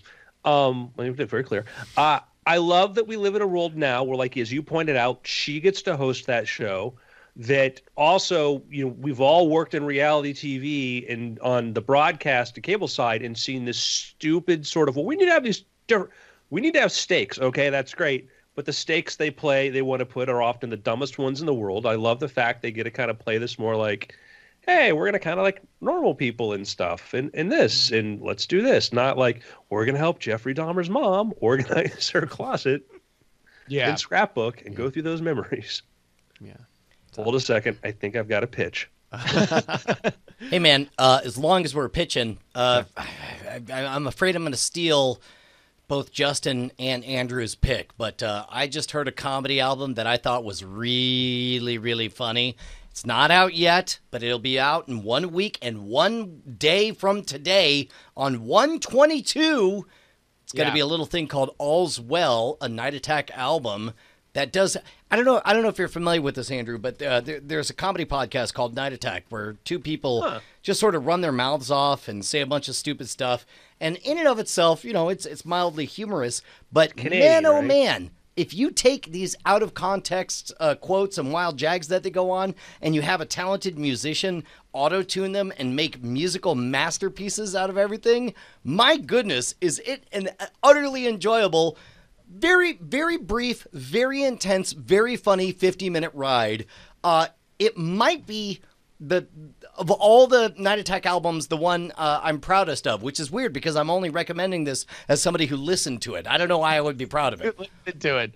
Yeah, man. All's Well next Tuesday. That's right. It will be available. We are in the process of finalizing everything, maybe submitting to everything by tomorrow or so, hopefully. No, If not- And we don't have it up for pre-order for the live listeners or probably anybody who listens to this in the next couple of days. But after the fact, we have information on all the albums. I guess we need to update this page with this one too at nightattack.tv/album. That's where you can kind of see the old ones, and then we'll have the new one up here when it gets here. But give them all a little listen here. Yeah. But there we go. All's well. One real quick pick to stay on the Netflix train. I finished The Kaminsky Method over Is the it weekend. good? Please say it's good. It is one of the weirdest shows I think I've seen in a while, because it is a Chuck Lorre joint. He of the modern day sitcom kingpin of Big Bang Theory and Two and a Half Men and everything. So about 50% of the show is very Chuck Lorre, like very tidy kind of bits, very slice of lifey, sitcom-y sort of elements, like to the point where the old age jokes at times can be kind of groaners. And then it, without warning, will just steer you into these like dark, like fairly dark, if not out and out kind of cynical takes on life and aging and death, and it just swings between those unlikely pairings with reckless abandon. And through the first two episodes, I was kind of like, all right, this is Chuck Lorre being able to say jokes that he wouldn't be able to say on CBS and show a boob here and again. But by the end of it, I was kind of in love with it. And that's on top of the fact that, Michael Douglas and Alan Arkin are just great. It's great to see them. But man, it doesn't necessarily go into like super screwed up territory, but it certainly lingers in some places that you would not expect. It almost feels like a like an independent movie or a 70s kind of movie that's more meditative about these emotions. The abstract ideas of this actually kind of remind me of what they tried to do with The Ranch on Netflix, which was the Ashton Kutcher multi-camera sitcom about a guy going back home to his country home. Oh, that's right. But it was like kind of dark and not quite a comedy. For a second, I was thinking you were talking about that. What was the Hulu thing that was a cult with Aaron Paul in it? Oh, The Path. The Path. That's The Path. Right, That's which is pretty not different, The Ranch. Got it. And I didn't like The Ranch because it felt like they were just trying to put these two ideas together, a multicam sitcom and something very serious, and you kind of run up against the you run against the limitations of both of those things. But this looks like a single camera sitcom or dramedy. Yeah, basically. no, it's single camera, and I will say I don't know if it would be able to pull it off if it didn't have the acting talent behind it. But when Alan Arkin, breaks down and cries, you pay attention because he's Alan Arkin. That's just what it is. And I don't know if it was somebody less than Alan Arkin that you'd be able to say, oh, okay, well, this is as impactful. And also, I think it also subverts a little bit of the idea that a Netflix series tends to have season arcs, and things that are introduced tend to pay off. It is very much, the 13-hour movie model. And this is unapologetically a sitcom.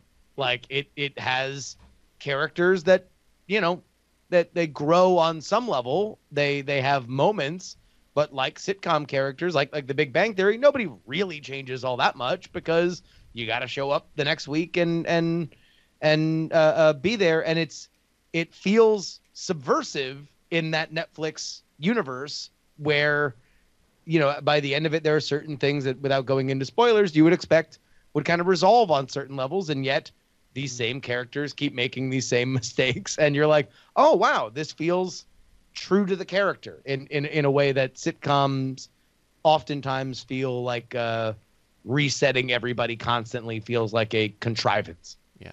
I saw it. Mm-hmm. I loved it. and I disagree with a lot of what you said, sir. Okay. What do you disagree with? Well, I mean, I don't think I've ever watched an episode all the way through of like I don't think I've ever seen more than 3 minutes of 2.5 Men. I don't think I've ever watched a whole episode of Big Bang Theory. So like, I don't know the fingerprints of Chuck Lorre like you do. You know, I don't know that. I watched this with my girlfriend. We binged it, and to me, there were very clear arcs, very, very, very clear arcs from the series, where they start, where they end up, how they changed. I could describe how they changed. The humor, I mean, and it's Michael Douglas, Alan Arkin, Nancy Travis. I've got more enjoyment out of this than I would say like Barry. I've watched the first couple episodes of The Marvelous Miss Maisel, which I get why people like it, but I thought this was one of the better comedies I've seen in recent times. I enjoyed this more than season 2 of Future Man, and I love Future Man. So let me clear something up. I am couching all this and saying that I very, very, very much love this show. And yes, there are arcs to the show.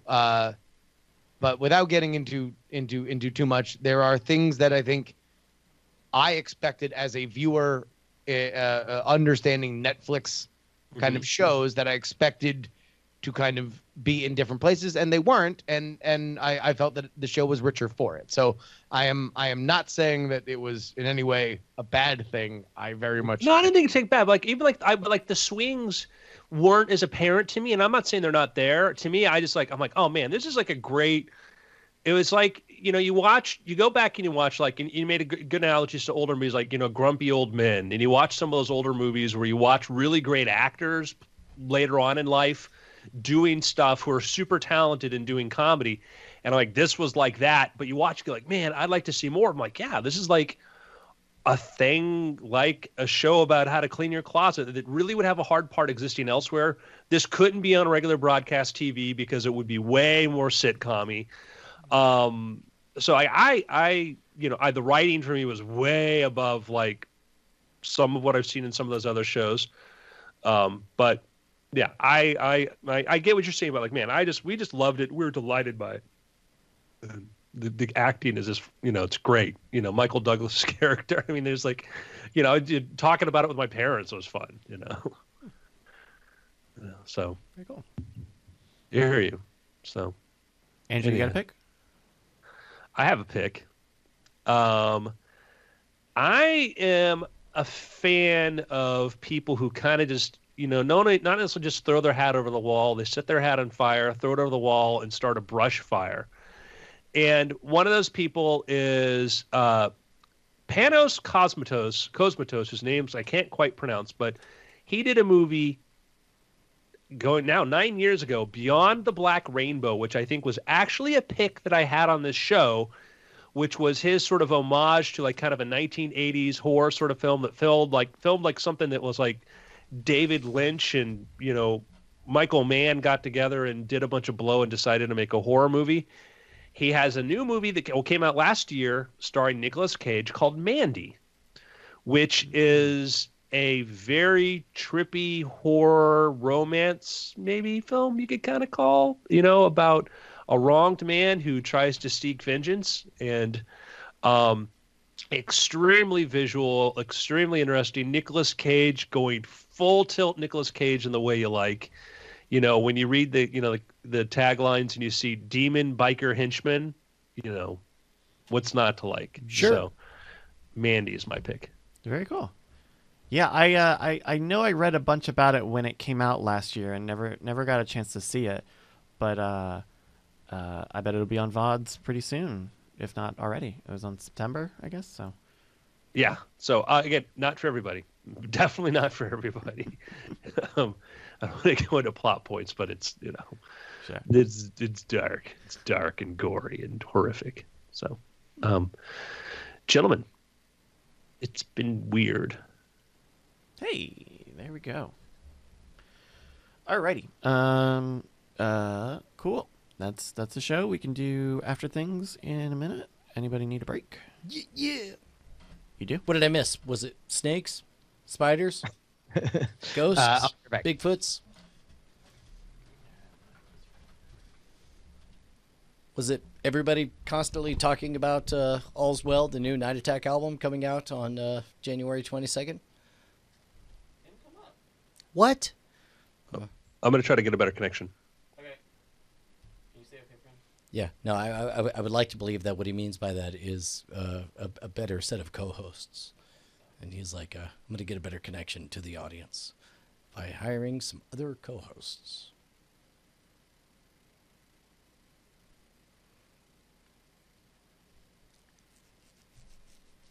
Yeah, yeah. Good vamping. Huzzah! Oh yeah. Okay. Hey, all right. Okay, so we'll do after things in just a minute. Yeah. How's the rest of your weekend, bro? Good. Everything was good. It was really good. Was it good though? I think it was good. If I was gonna pick, of all the G-related adjectives, I think I'd pick good. Cool. Man, oh man, it sounds like 4 out of 5 mini bosses have been defeated, keeping us from starting construction on the new place. So it's like just need that last one, just and then we can. Yeah. Do you want to like? Is it something you can talk about? What that thing? Oh yeah, is? no. Like Or do you like all of the stuff with the city seems to have gone through. We're just waiting on the plans for the septic system to get approved, and then once that happens, we're good to go. Cool. The hardest thing is figuring out like how many of the plans are right now plans and how many are down the road plans, and being able to say like, hey, this part can be done in the next 6 months, and then we can wait 2 years for phases, 7, 8, 12, 72, and so on. But it's good. Cool. I tell you what, once we no rest for the wicked, but once we get this All's Well out the door, we definitely have to have some serious conversations about what we want to do for South by. Jesus, Yep. Yeah. Which I'm sure would be dependent on some of those how fast things. Some of can those get. plans, yep. No, I'm gonna push real hard when we get to that part. Speaking of which, I was thinking of, I enjoyed. I made it 2/3 of the way through the album on the way back, just because traffic, and the duration of the album. I'm almost intimidated to ask, but I would like to ask a personal favor of Paul and Matt just to listen and just tell us what they think, I think they'd be honored. Okay. We Well, just need a.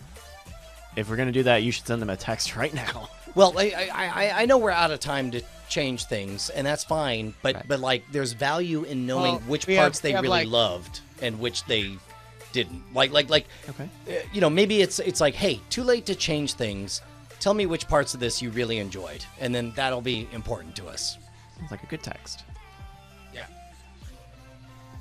I mean, the more people talk about it, the better the world is going to be, because we want everybody to buy it, because we want to hit number 1. Yeah. That's I was We need to get a URL that we can send people to if we don't have the pre-orders yet, because otherwise.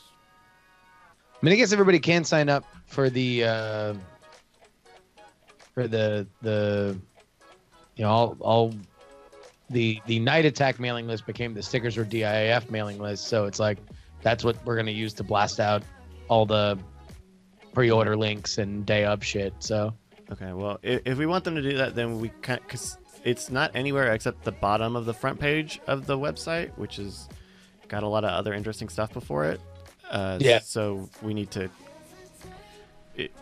that's a good idea, is to push people Yeah. there until a pre-order. But when we talk about it, then that needs to be a very conspicuous thing. You're saying that we should have an action? Yeah, that people there should be take an A we part of the call for CTA. it? Yeah. Yeah, I don't know. Seems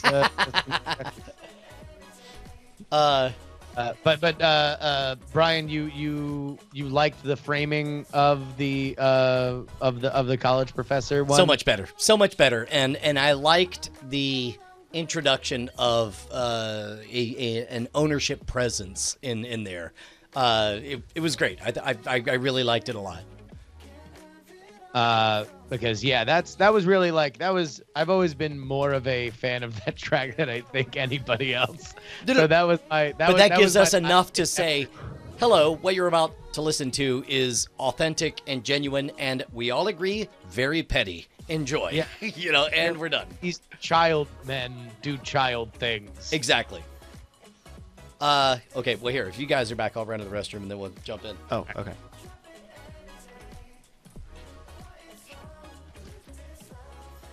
I'm going to do that too. Oh, look at that. Hey, Bryce. Hi. How's it going, Justin? But you guys shot a bunch of stuff over the weekend. Yeah, we did some stuff on Saturday and Sunday for Modern Rogue. We did one thing. I don't think this is spoiling anything, but we did an episode on hiding money in a hotel room. Like if you had to be posted up in a hotel or a motel for a long time. But it was kind of framed in this like game show way. So Jason hid a bunch of stuff using different techniques, and Brian had a certain amount of time to find stuff. And I was in the room when Jason was hiding everything, and we were making a list, and it was nice and neat, and it was we thought, okay, we leave these little hints, and it's kind of a subtlety, like kind of a subtle element to this. And Brian immediately starts tearing the place apart like a fucking FBI raid. In the first minute, the mattress is unsheeted, upside down. The couch is on its side, on its arm side for about the entire shoot. So you were it trying to down. plan for a espionage, I gotta find the money, but I don't want anything to look like I had been here. Yeah, no, this is a drug raid. If we were able to battering ram the door, we would. Yeah, I kind of thought he'd be like, oh, okay, well, they would probably do under this, so I'm gonna check under here. And it was just this frantic animalistic, tearing stuff out. He busted one of the cabinets in one of the dressers. Where did you guys do it? There's just a Holiday Inn within the city of Austin, Texas. Did you just get the room and we actually just rented a room for a night or something, and like a porn shoot. Like a porn shoot, yeah, exactly. I think it was in the middle of the day it was in the middle of the day, and it was super not busy at all. But I think one of the housekeeping staff saw me mic up Brian in the hallway before he went in, and then I think that same guy saw me leave the hotel, he was this was out on the street, take a backpack that I had, put it in Brian's Jeep, and then get into my car, a completely different vehicle. Yeah. Just the sketchiest shit. Yeah. Justin, I wouldn't know about that. Obabai asks, are you planning on doing PAX South? So we did not get booked for PAX South. We were a little late on some of that stuff, but I don't even think I'm going to go this year. Yeah, to be honest, I was kind of surprised that there wasn't more Diamond Club or DKG kind of action for PAX South this year. Yeah, it's so weird because it's they always do it really early in the year, really when it's really cold. There are always conflicts with it, and then for us it's super close to South by, and we had thought if we got actually booked for real for the actual convention that maybe we would do something, but that didn't end up working this year. But maybe and also we had initially also pitched the how to lose $50,000 on a Kickstarter talk, and they didn't want that. So who knows, man? PAX South falling out of control. Yeah, it's weird because that seems like a convention that is shrinking year over year. because not a lot of people are going, or because it's a smaller show, which is just gonna make it even smaller. Yeah. I don't know. I think Shots fired. Which, I I'll think tell you, it is a shame because San Antonio is actually just a great city for Yeah. a con. Like, there's just so much stuff around it. But it's like they've managed to book it the only time it's cold in Texas, and like cold Texas is awful to me. But maybe that's because of the one year when I was legitimately incredibly sick. Oh yeah, Open Buy is saying there's still 3-day badges for sale. Last time they sold out in November. Yeah. I think they only went on sale recently, or maybe they were available at that point. I don't know. Okay. So we've got that question that I sent you, Andrew, that I think will be good for this. Yes. I don't know if there's anything else I should prep, but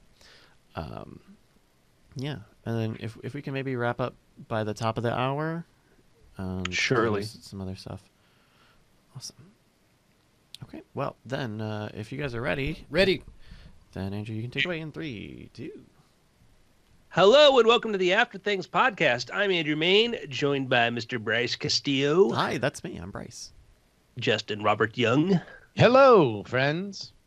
and Brian Brushwood. Beep boop boop. I am definitely Brian Brushwood. You don't need to apply a Turing test. I guarantee you it's me. Boop boop beep. Great. I believe that. Yeah, I believe you. I mean, why not? I have no doubts now. That's the About my new doubt. Turing test, is when a robot is defensive enough to say, what, you want to take a Turing test? Go ahead. Then most likely is it's probably okay. No, it's okay. artificially I intelligent. believe you. Gentlemen, cool thing about this show is this show can be run by everybody out there. All of you listeners, if you want, you can decide how this show is going to play out. We will be your robots. We will fail the Turing test because you will decide our fates by sending us questions. And we've got a question here. That's right. We got a question from Nick. Nick writes, I have a question for Yins Guyses. What is your research process? I am currently enjoying How to Make Money on Mars, which is Andrew's short instructional book from a few years back, and looking forward to Jory's mystery politics adventure and his insight as a journalist. I am a writing student, so I have a process of my own that's haphazard and probably inefficient, and would like to know your perspectives on it. Brian and Bryce, you probably have something to contribute to IDK. Thank you, Nick. I like being the Gilligan's Island equivalent of "and the rest" in this. You're like, and the rest. Bryce and Brian are here, I guess. Side note, do you hear about, there's like a documentary out about how Gilligan's Island was actually like this, like, propaganda for like communism? Wait, pro-communism? Yeah, like that the creator was like, hey, look, like the whole, I think it was Sherwood Schwartz, whatever, like, look, they're all alone on this island. We've reduced the rich people to the same level as everybody else. Everybody has to contribute the same and whatnot. And Okay, I love the idea of the possibility of this, but if that's true, they did a terrible job because the Howells always clearly had more than everybody else. Ginger used her wealth and fame to look fabulous all the time, and meanwhile, the proletariat, freaking Marianne and the professor, did all the hard work, and I don't know.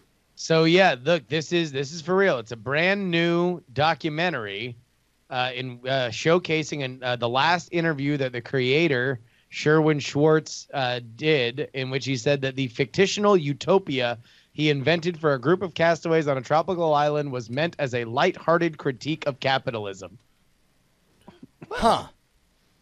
Okay. So we might have lost the plot a little bit, but that's how it started out at the very least.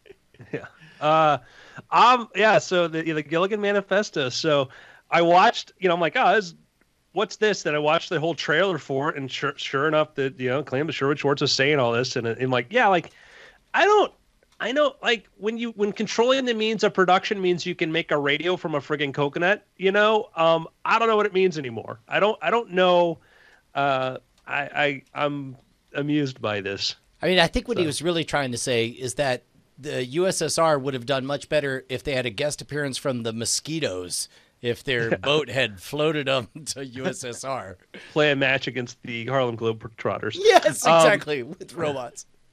I would say maybe it really accurately defined them because like they can never get off the damn island. You know, smartest brain in the world still couldn't, organize themselves well enough to produce a boat that worked. But back to our question. Yeah, hold on. How You're do right, we- because yeah. I remember the professor working on spark plugs made of seashells, but he couldn't carve out an effing boat? Like, help me out here. Yeah. All Yeah, I my belief is that it was his secret plot to keep them trapped on the I'm island. starting to think this whole thing is a big comedy, that they didn't even intend for them to get off the island. Back to Nick's question about research. My method is I use Pocket, which sort of won one of the bookmarking wars for like the thing you use to save things. I forgot Pocket. I can't even remember the other one that was against. Delicious. There's another one too. Del.ico.us. But yeah, so whenever I read an article I find interesting or useful, whether it's for this show or for a book, I save it to Pocket so that later on when I want to go find it, I know where to go look and do some keyword search. So I keep all of the articles, links to all the articles I find useful. I use Pocket. I start there. I use the Note app on my iPhone to make notes. Like for this show, like every show has, I use WT and then the date for whatever topics we want to go over. For my books, I'll do that. And then like when it comes time to write a book, I'll get a notebook like so and make a bunch of notes. Mm-hmm. And then that's just when like I'm ready to go into the spiral. chapter formats, I go into the chapters and break them down into note cards. There's a book there, folks. Yeah. And I do that. So that's, in research papers, things like this, all of that, that when I made the book, How to Make Money on Mars, go sit down, do research, look for studies, things like this, gather a bunch of material to go over, and then just go through it. I would say, primarily my research methods, come from being a reporter. So the biggest thing that I would say to keep in mind is just kind of remember for whatever you're doing, realize what are the important elements to it. So if you are, Bryce, in the email, what did he say he was doing? He was doing some kind of writing? Yeah, he is a writing student.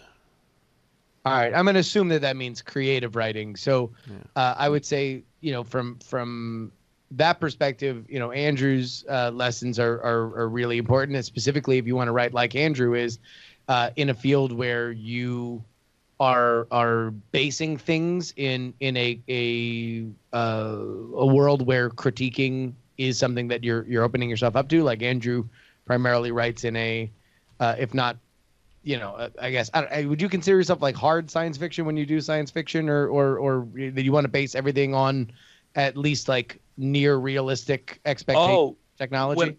And when I do like the Theo Cray books and I mention research or stuff like this, I've got to have papers and stuff ready to show either my editors or, when I get this was the email, this was unrealistic, and I'm like, well, maybe, but take a look at this paper and then tell me if you still think that was not, Mm-hmm. So for those, and then Station Breaker, I had to, I did a deep dive into a lot of stuff to make sure that it holds up. So that's a case of, for Andrew, that's a field in which he is writing in that he knows he needs to be at a certain threshold for, right? That he needs to be able to answer questions. He needs to know where he would go with that. If you're not writing in that field, then your priorities might be slightly different, although I don't know if the general idea of knowing what your world is and what a reader is going to expect is a lesson that changes in anything.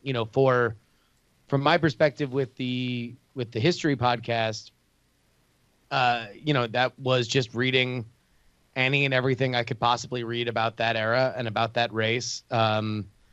And then listening to as much first person, the speeches and news of that era, music of that era, and then trying to synthesize, but with the idea being, I need to have an answer for any claim that I make, specifically in something like this, where I'm going to be explaining a conspiracy where there are conflicting points of view on it. And there is, on the record denials that certain things happened.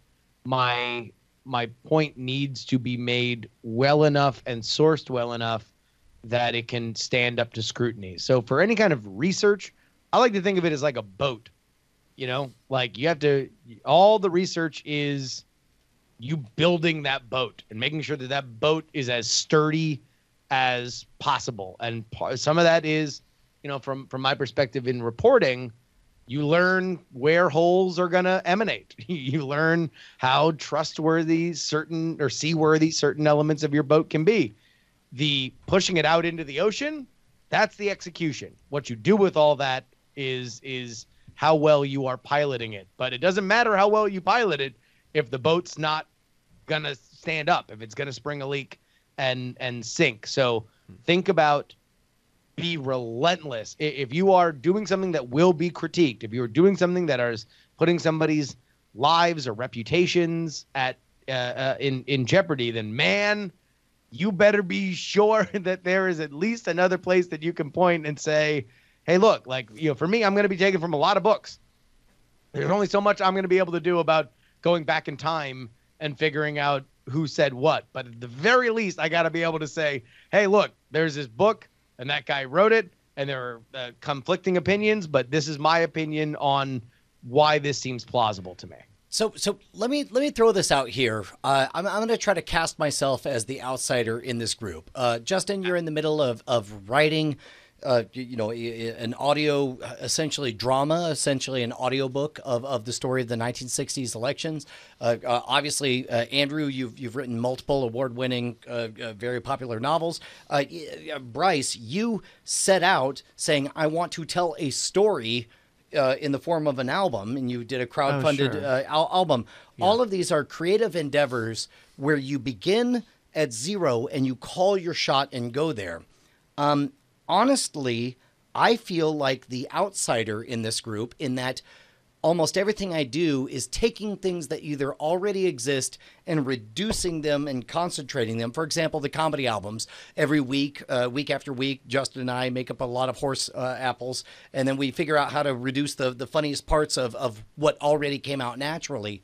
But that is the one thing that I feel like I relate to the person who's asking the question here, in that it seems to me that if you're going to call your creative shot and if you're going to aim for a thing, the thing that I wish I had, and this is going to sound disingenuous, but I don't mean it as such, is to care less. Like, what it seems like, let's say I wanted to write a science fiction story. I wanted to follow in the footsteps of Andrew Mayne. Then it seems like I would say, like, okay, what is important for this project? And I would write 4 note cards that say something, something time travel, something, something drones, something, something nanobots, something, something, whatever. Like, that's the general rules, right? And then what I would want to do is tell the story immediately. But if I'm watching you work, both of you, all 3 of you work correctly, then that's what I must not do, is just tell the story. Instead, what I should do is outline in detached terms the general shape, the bones of whatever it is that needs to be. A person needs to, like, what is the shape of the story? Does it go up and then down, or does it start up high and then go very low, or whatever? And then out of that, figure out, ask the question between any 2 gaps, what brings us narratively from one thing to the next, to the next, to the next. The research process starts before that. You couldn't make bones without having an understanding of what you're... You can have a collection of facts and thoughts and ideas and things that you think are good, but they all live as these isolated modules. And it feels to me like you sketch out, and again, I'm on the outside. I've not done what all 3 of you guys are doing and have done. So this is me trying to work things out as a consumer of this media. It seems to me like what you do is you sketch out the bones, and then you look at what you have and you figure out what fits where, and then you have a story in the middle of it. I mean, to it, I collect like, if I'm going to write a Theo Cray novel, whenever I come across some really interesting thing, forensic or science or some little detail or whatever, I'll put it in, in the pocket. Right now, I don't know how it's going to play out in the story. I don't know. And then when I sit down to write, I in the same way when I do nonfiction is I start with a question. What would happen if blank? Blank plus, to me it's a formula. A plus B equals what? And so I start from a question of what would happen if this happened. Sometimes I might have C and I have to figure out A plus B, what is A and what is B to get to there, and that was kind of the naturalist. I knew where I wanted it to end. But I try to start with questions. And then in my outline process is where I let the story unfold as I go, oh no, this is what happened. I just wrote, a couple chapters yesterday, and they deviated very much from my note cards because in the middle of writing something, I'm like, nope, this is what the character is really going to probably think in this situation. And I had to adapt for that and account for that. I didn't land where I planned to because I found out like, oh no, if somebody said this in the room and somebody would say this in the room, this would be the more interesting question in the reader's mind. And so, my outlines, I almost always I'll write a complete outline and I throw out the last 30%, 20% when I get to that point and say, no, I've learned so much more along the way about how the characters would handle it. And the situation's more complex than I realized. I've got to rethink this. So, but that process, where is that adjacent to the research process? Just trying to focus kind of on Nick's question. What does that look like alongside the compositing and outlining process? Specifically, Nick, if you're a journalist doing a story, the problem is, I hate documentaries where they're like, we just wanted to find out. And you're like, no, you knew what you wanted to do. And so many documentaries are, the point you're trying to make, you're actually advocating for a position, and you're trying to create this illusion that we're just asking questions. I think it's the sincere version of that, of saying, hey, is there something to this? Let me find out. And sometimes some of the really, really lasting, most important journalism and things like this happen because we didn't know we knew something was different or up or whatever. And hey, a couple of guys, we found this arrest report of some guys at Watergate. What's going on there? And you get an amazing story. You get some of these things like, hey, the senator bounced a check here, or hey, there's this crazy guy that's got this interesting story, but his driver's license, these things, when they're really sincerely approached, sometimes have the most amazing results because we get away from the pattern in our head and we discover a new one. And to take that parable, which I think is dead on, to Brian's point, I think your idea of stuff is not necessarily wrong. What is kind of, in my mind, impossible to explain on a granular level is you have to start, like, when you're like, oh, well, how do you call the shot? It starts with calling the shot, right? And then saying, okay, well, tomorrow, what do I do? Tonight, what do I do? Today, what do I do to get to that goal? So if you were to say in abstract, okay, well, let's imagine Brian Brushwood wants to write a science fiction novel. This is what fantasy Brian Brushwood would be to lay out things in this level, or he wouldn't want to write everything in straight out. He would want to create this structure. I fundamentally believe that it would be better for you to just follow your instinct, right? To just write. Hey, number one, no matter what, the key is doing it that day and the day after and the day after and the day after until it gets done. That's the number one thing. Andrew could go forensically, second by second, the way that he shapes his stories and outlines everything, and it would make 0% difference in your life as a writer unless you commit every day to sitting down and working on it and getting a sense of what those muscles feel like to work out. Similarly for me, this project largely has been an exercise in me doing something that I'm not, I have not done. We'll see whether or not I'm good at it, because I just needed to figure out what those kinds of, what that kind of research felt like. Like, what does it mean to read, 20 books on a subject? What does it mean to write something out knowing that I'm going to read it, to not write something out knowing that somebody else is going to read it, which is where all of my writing experience has been up till now. you the understanding of that process when you're in it to when you're not, to me, is night and day. It's just fundamentally, I don't feel like you can understand it unless you are in the middle of it, or at least, man, does it become so much clearer once you're doing it, once you've thrown your hat over the wall. Well, or go ahead, Andrew. Oh yeah, just real quick. I'll say in the research phase, whether it's fiction or nonfiction, just ask questions. I mean, you just start thinking of like, what else and what else does this mean? What does this mean? What else can I ask? And some of the most exciting, interesting things I've ever discovered happen when I see something and I go, okay, if this is true, what else is true? And he mentioned my book, How to Make Money on Mars.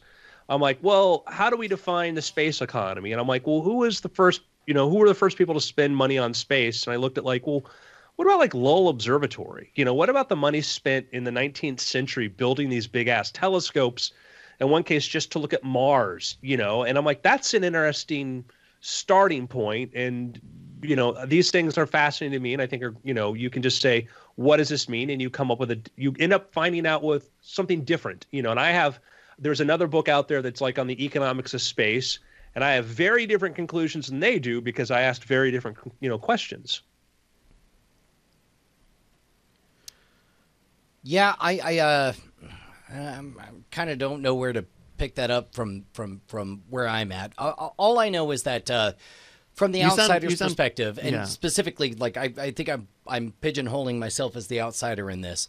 The gap between having done nothing and having done something just feels so great. So to the kind of folks who are listening to After Things right now, I just what I deeply crave as being on their side, because again, the three of you guys have called your shot and landed it. I desperately want to know what is a first tangible step, and then what is the iteration between that step and where you are now to get to a place where it's like, now I did a thing, and maybe it landed, maybe it didn't. I don't know. But dude, and this is something that I know you talk about a lot. Like, there is that one, a step of faith that you have to make. Like when you decided, and I watched it with Andrew in real time, and you, shortly after, you decided, I want a TV show. That I'm making that statement. How do I become somebody who is on television doing what I want to do? And both of you guys took different paths to it. You guys took different next steps to it. Both of you ended up on television, but it began with making that decision. I'm going to do this, and be it ambition or arrogance or delusion, however you want to call it. Like, there is that one step that I do think fundamentally rewires your brain from what is optimal to what is necessary. Yeah. And once you get to the necessary part, a lot of things tend to fall away. And it's not necessarily like, crap, am I optimizing this way of going about things the best? Am I outlining it the best? Is this going to end with me doing something poorly? The one benefit that I think we all have is, having created stuff in the past, you can feel yourself you can lessen the pressure on yourself a little bit to say, like, okay, it'll probably be imperfect. The first time I do something, I probably won't like it as much as the 5th time I do something, or the 6th time, or the 100th time. So at least you don't have that added pressure on top of it. But no matter what, that first step is that first step, and it's totally, it's totally mental. And I do think that it's kind of impossible to look through that glass. It's impossible to like the question and the conversation that we can have now for you, Brian, on like, I want to write a novel, is, to me, functionally different than if you were like, hey, I wrote out just the first thing that I did today was the basic story of what I want and where I want it to end. that conversation that we would have after that would be totally different than wondering about whether or not you should use note cards or write it on your laptop or get a dry erase board or write everything out or write nothing out or just write a short story. Like that is the biggest thing. And the only way that first step gets easy is by doing that first step a ton of times, right? Like I have actually put out 2.5 albums, and so I've been making music off and on for 10 years. The better part, yeah, at least 10 years or so, and you get to a point. Like it becomes a familiarity with the tools, the familiarity with yourself, and knowing what you like to do, right? Like I use when I make music, I use a program called Ableton Live, which is a very specifically set up type of program. It's very different from something like Logic, and it's different from something like Acid or FL Studio, right? But it's a software that I know it very well, and I know how to work it very well, and I know that I have my tools. I have these synths, and I know how to use them. I have these audio elements, and I know how to use them. And I've also made like hundreds of demos of stuff that is not good and is started and only went a couple feet, and then I said, oh, this is not anything, and you move on to the next thing, which is exactly the same parallel in any creative medium, right? Is working out and even starting and even deciding to stop. It provides a lot of experience, and so if this conversation is how does Brian Brushwood start writing a novel, then I look at the things that as someone who works hands on with you multiple times a week, I know that your strengths are looking at things from an abstracted larger view, while also tying that into physical messaging. I know that outlining and planning is a strong natural sense that you have, and so I would take it from there. Take it from the things that you are already good at doing and do regularly. You build that up by using it, and there are already tools there are already like methods and things that you do that, in this specific case, it can inform how you start, say, a writing project. I wasted so much of my life waiting for the phone to ring or waiting for my half-assed attempt at one little thing to catch on, and then spent my rest of my time just waiting and hoping and thinking that was going to be it, when I should have been creating and moving forward and either proving the thing. I've wasted a lot of time doing that. And I feel like I'm trying to make up for lost time now. And, I think that, it's easy, you're like, I have these neat successes, but Justin's been there for a lot. There's 1,000 failures there. There are a lot of things, and I waited too long to start the failures. Yeah. That's my frustrating thing. Is I don't think I really got motivated and until I think 30. I think the allergy or the distaste for failure only grows as you get better at one thing. It becomes more I don't want to say fearful, but more of like, ugh, do I really want to subject myself to the pains of? I remember what the pains of failure felt like early on in my current career. I wish it was even that for me. I think it was, I just had this idea that the universe, that my place was already carved out for me in the universe, and I just had to show up and say, hey, now I want these things, and I would get these things. It was magical thinking. It was thinking that, like, oh, I have a magic act. I send out my 8x10 in a letter, and then Hollywood calls, or I get, the bookings. I get that I didn't want to do the real work. I thought the work was a joke. I could go on and on about kind of the myth and the reality of paying your dues and stuff, but I treated it like a lottery ticket, that in lottery ticket, in the sense, the belief that, like, no, mine's going to be the winner. The odds are different for me. And so much of my life was wasted with that attitude. Yeah. I will say, I have, at this stage of my life, 35, I'm going to be 36 in a couple months. I do feel that my biggest challenge that I want to put forth to myself is understanding for whatever conquering means, my fear of rejection. that has fundamentally colored my life on a level that I think has stunted growth and created, angst on levels that it should not. And I think creatively that's part of it is pushing myself to different levels and understanding that whether or not there is going to be a moment of judgment, that's not as important as the machine. I'm a very big believer in understanding our creative capacity as like a literal machine, and either the machine is healthy and the machine is producing and you can optimize the machine can do more, the machine can be added on to, you can refine it, you can upgrade it, or it's not. And there's a million reasons why it cannot go. In fact, there are so many more reasons why it cannot go than there are for it to go. But either it is A or B. Like ultimately you are keeping the machine off or you are turning the machine on, and that is your decision or everybody's personal decision. And for me, I think, man, there are too many times that I either both on the micro and the macro have hampered output because I was afraid of how it would be received. And I was afraid of how those who would judge it would then judge me or recalibrate their opinion of me.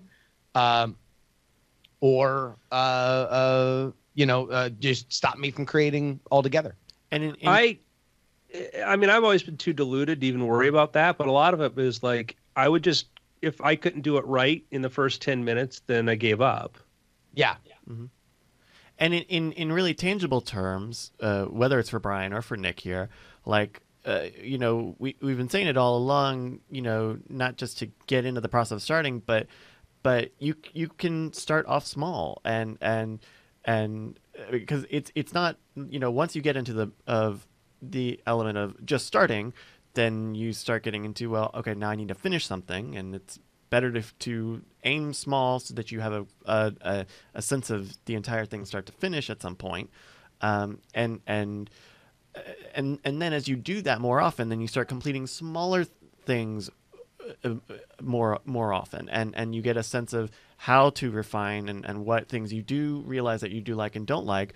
And then the other thing for me, a few years ago, I had not been making music for a long time, and part of it was that I would do it on Twitch. I would go live on Twitch without like any ideas or anything, and that's a very like immediate sort of rejection on a lot of levels, right? Between however many people are watching,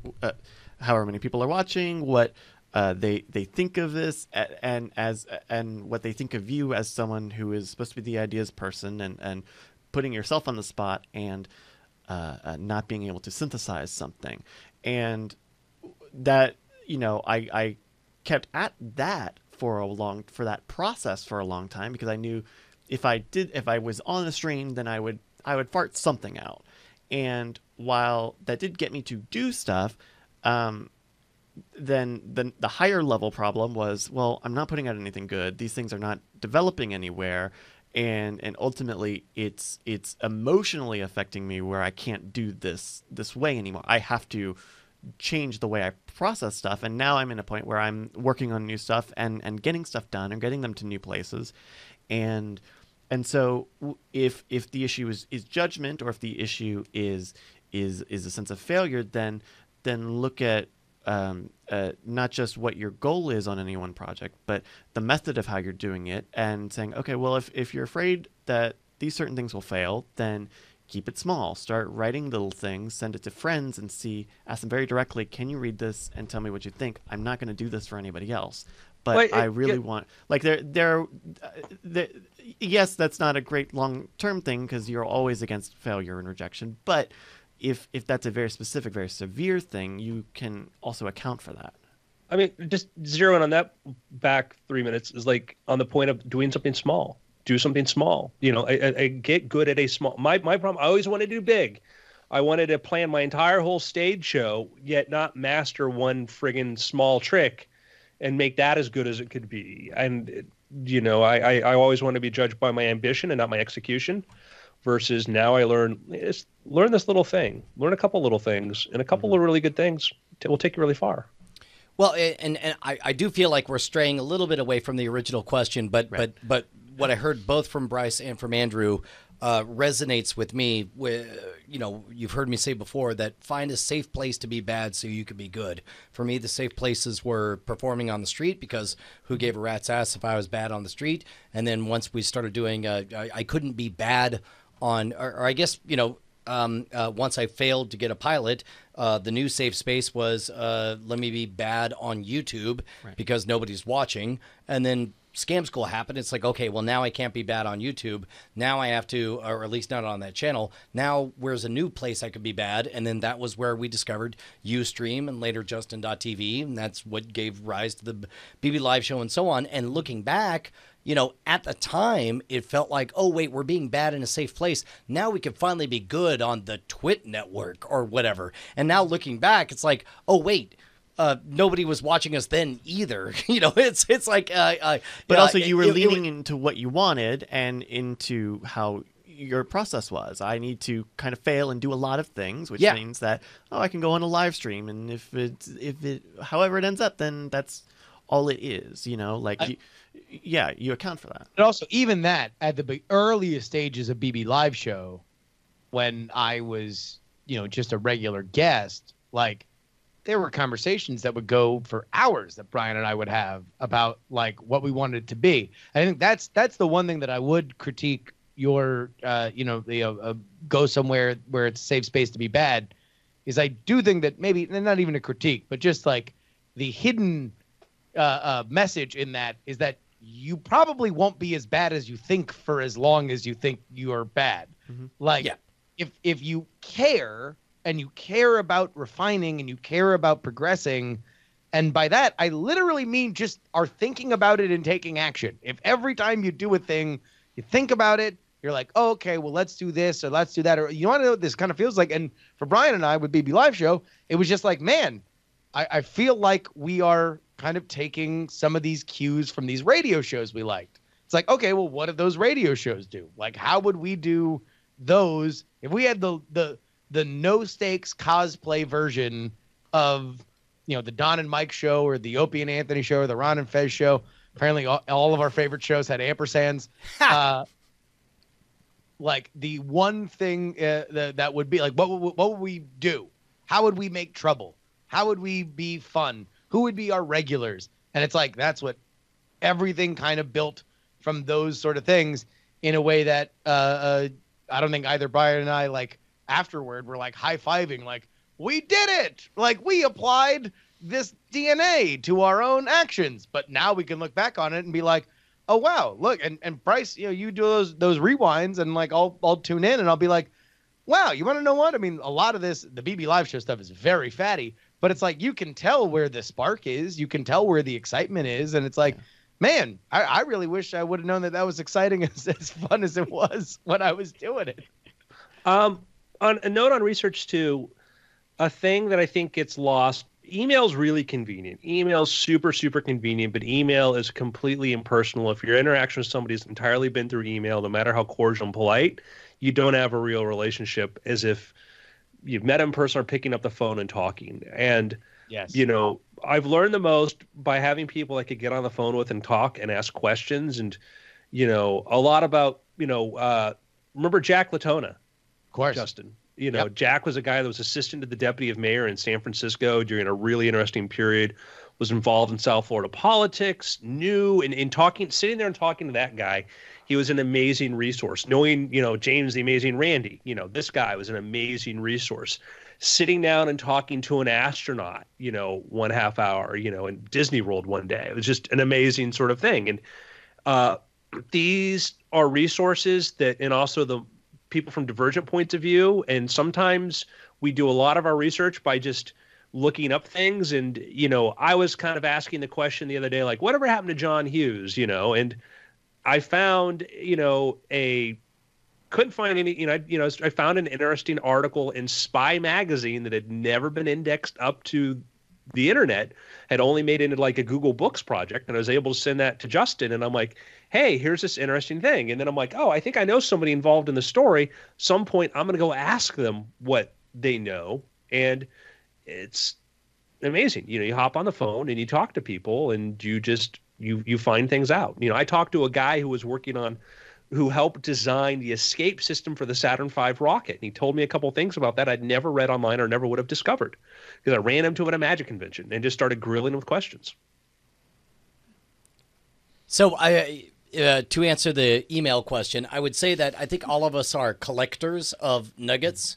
And if we're super smart, we either put them in a certain app or on note cards or something. Here's something that I can speak to directly. Sure. So a few years ago, I did my album Mercury Counter, which is based off of an old public domain film, and the process that got me started into that was I knew I would like to do something with public domain, something I had done that before with a song, and so what I did was I adjusted some of my personal habits. Is like I went and downloaded a bunch of public domain films and started watching them, and seeing which ones I liked, seeing which ones had stories that I liked, and I think it was probably the second time I watched the film DOA, where I was watching it with Notepad open, and I was taking time codes of like, oh, that's a good little quote, that's a good bit. Like when you can start. If you can take something that you personally enjoy and find just even a little way to start to integrate your production process, that is a sneaky way to get get one over on like the first step, right? To say, oh, you know what, this is an easy. I like doing this. This can be how I expose myself to new ideas. I think that's a really good way to reframe it. Instead of, you're not writing anything. What you're doing is it's hard to sit down in front of a blank piece of paper and write something beautiful. It's easy to look down at 4 disconnected objects and say, how can you arrange these to tell a story? And then you're like, oh, well, obviously this, that, and the other thing. So begin by laying everything out in front of you. So like those moments, those notes, you're like, okay, what is the story that's emerging as I realize this is a great line, this is a great line, this musically, what kind of story am I trying to tell here? Yeah, because then,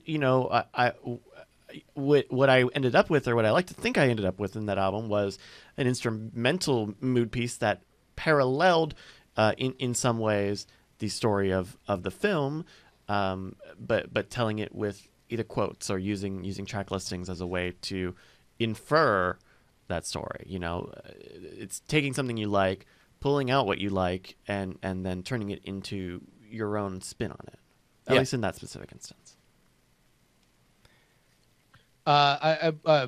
Practically, I will say on the history thing, I found myself doing a lot of physical book reading. So it was just literally read a book, highlight everything I want into it, and then go through it and type out all of my highlighted notes to have just stored. So when I went back writing, like I kind of knew the shape of it in my head. I then outlined all the events I wanted to touch on. And as I am writing the actual script now, I write from that timeline, knowing that I've already laid out where I want to go in each episode. And then, I'll write through to that. But then now every once in a while when I'll go and just double check something or find something new, I keep finding new things, like I did with the stupid Eleanor Roosevelt the newspaper column that I read, way too much of, just random things. She went to a fire department place with like the Queen of Greece at the time, and the Queen of Greece was very excited to just see Olivia Newton-John. That's her name, Justin. That's it. Yeah, she was very excited to see firemen slide down the pole. Well, who wouldn't be? I know. It was just like, it's like the weirdest stuff. Anyway, and then she criticized Joseph McCarthy. That's a point I'm going to make again and reiterate, is that, like, particularly when it comes to research, is that we have this problem. The internet is awesome. It's got everything, but it doesn't have everything. There's so much more stuff out there than's there. And we've created kind of an echo chamber, and man, if it happened after 1996, it's going to be pretty well documented. Before then, it just drops off, and it's like when I was a kid and we had encyclopedias all the way up to the letter K. Can you guess what all my book reports were on? Ha! Teacher would hand out subjects, and I'd be like, "Hey, please, be between A and K, between A and K, between A and K." And the internet's like that. Is we look where it's easy to look. Yeah. But the real gold is, often not there. I got a pick. Do we have time for picks? Yes. Sure. Dude, there's a podcast that I'm really starting to get dialed in on, and he gets top quality guests. And then sometimes me and Justin show up on there talking about Andrew Heaton's Something's Off. And it's a weird thing to work with somebody like Justin and then to experience listening to him as a guest where he sounds so authoritative and like Justin? Our Justin Robert Young.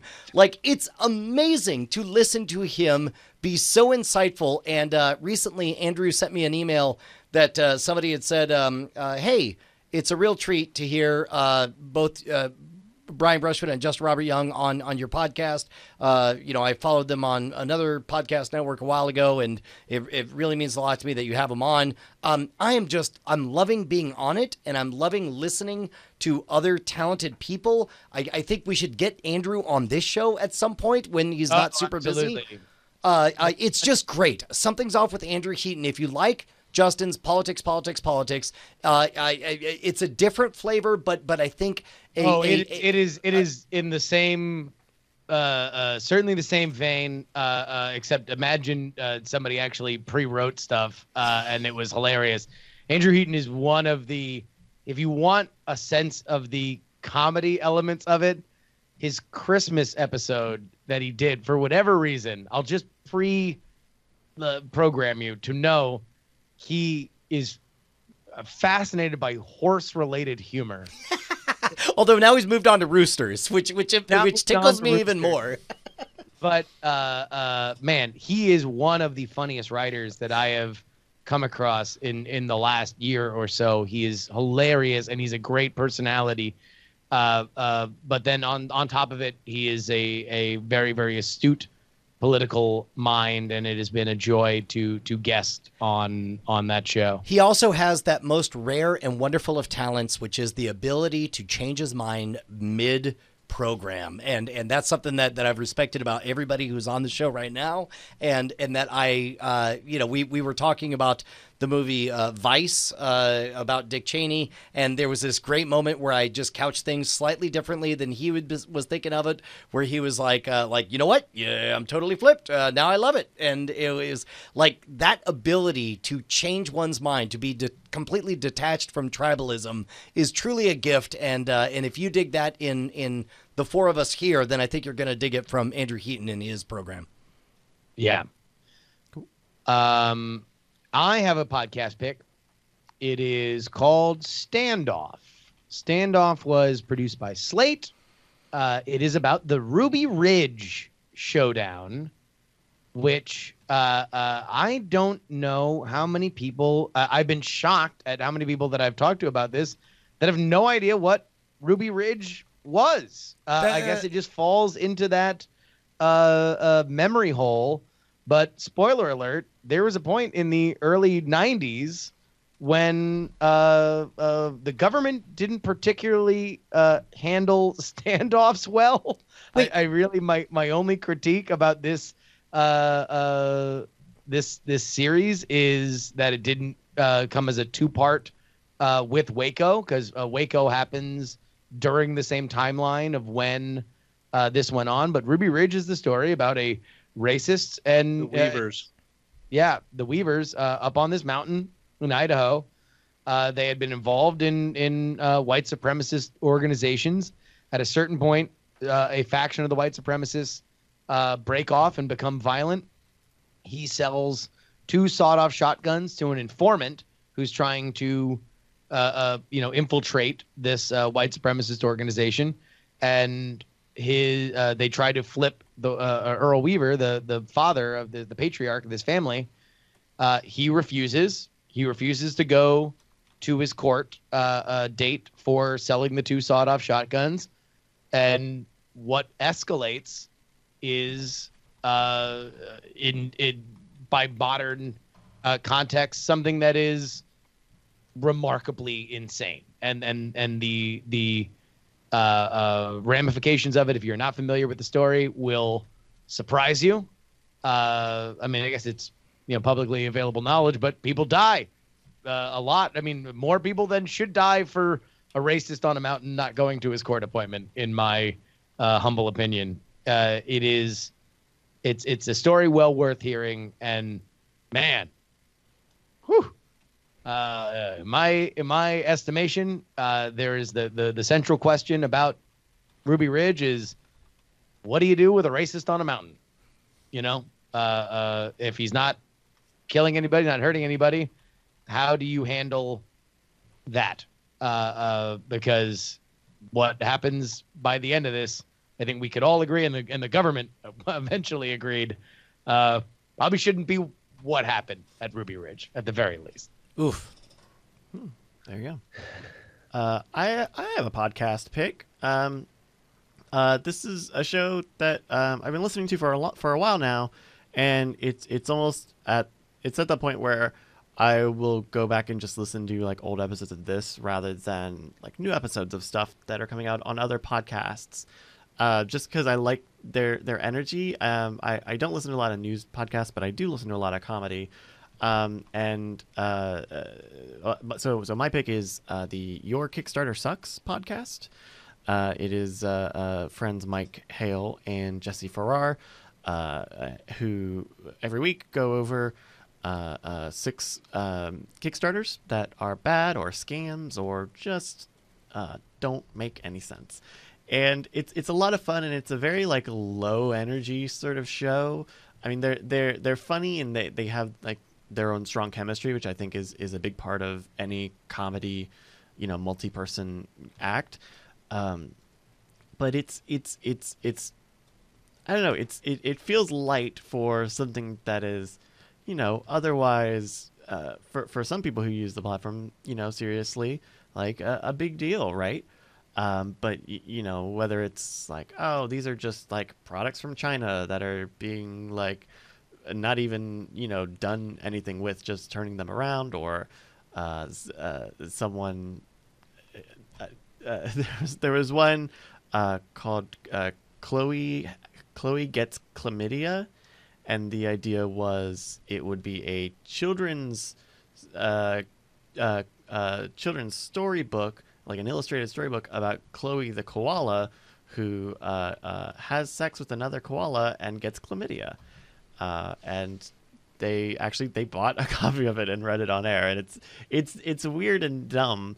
But is it mean? That's a yes.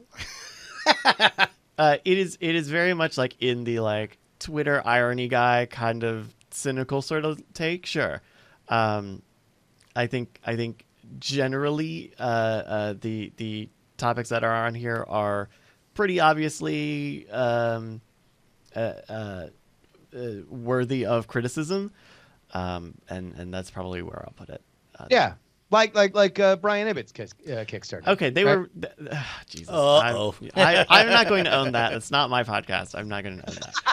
You can't make me own that. Who's ready for a distraction? On Twitter, somebody just popped up, and I guess Dan Trachtenberg is directing the new Uncharted movie. Is that a thing? I just saw that as well, yeah. Yeah, holy cow. That's fantastic. Okay. Friend of all of ours, Dan Trachtenberg of Totally Rad Show fame, just announced on Slash Film, is currently inherited the Uncharted movie. That's fantastic. Which, I mean, many more might also note 10 Cloverfield Lane, his debut film that came out. Wait, sorry, what did I say? Just Totally Rad Show. Which yeah. Also, he made 10 Cloverfield Lane and a Black Mirror episode. Okay, all right. Yeah. That's cool. And Black Mirror episode playtest. Right. Yep. Yeah, My pick goes back to, and it's been a recurring pick here, but I think it's a very good example of somebody who is very successful talking about numerous failures and get rich schemes, every kind of scheme you can imagine, and that's how to fail at almost everything and still win big. Kind of the story of my life by Scott Adams, who is certainly a controversial figure, I'd say in some ways, before as he's moved himself into in political commentary, et cetera, and talking about things, but he kind of likes to lay it all out there. And, I've got a soft spot for contrarians, even when they're contrary to me. And with Scott Adams talking about all these different attempts at success, I think it's a lesson we don't hear enough of. We hear about we hear successful people tell us a narrative about how they achieved it, which is rarely ever really the full story or enough for us to sort of base our own decisions on. But I think this is very, very good. So Yeah, and whatever you might think of Scott Adams, man's done well for himself, and I think the book is a worthy read. It's also a great book. I mean, it's like there's very little in the book that if you didn't like, you could have an opinion about the author, but I find very little in the book controversial. Like from an artist trying to make it in this world, it sounds like there's a lot of. I would imagine if this were Jim Davis writing, if Jim Davis had Scott Adams' story, it would be a fairly similar thing. If you were just to divorce the fact that he has entered himself so forcefully into the political debate, Right. Yeah. And I think we're all champions of reading from very different points of view, and being challenged on that. And not that I found anything challenging really about that book. I just thought, we hear, the post success story is often the least informative one you can have, So anyhow, it's been after. Yeah. All right. Now I get to find out whether or not my kids are here alive. In which case, I win as a parent. You nailed it. All right. Well, I got to go to eat and then be back at the top of the hour. Hey, Justin. Yeah, Brian. Now that we seem locked in on titles, and I still have like 15 more minutes to listen through on the album, but it's like, I guess we start banging the drum, right? We start setting everybody up, or do we wait now's until the time? January 22nd. In fact, really, the first thing we need to do is just lock it and submit it, and see if we can get pre-order stuff ASAP. And then beyond that, Okay. Yeah. Done and done. It might, if we have like a standalone page for that mailing list, it would probably be good to have a Bitly link to some standalone page for that mailing list. Sure, so that if you tweet about it, you can have something to send people to instead of just say, hopefully this comes out on time.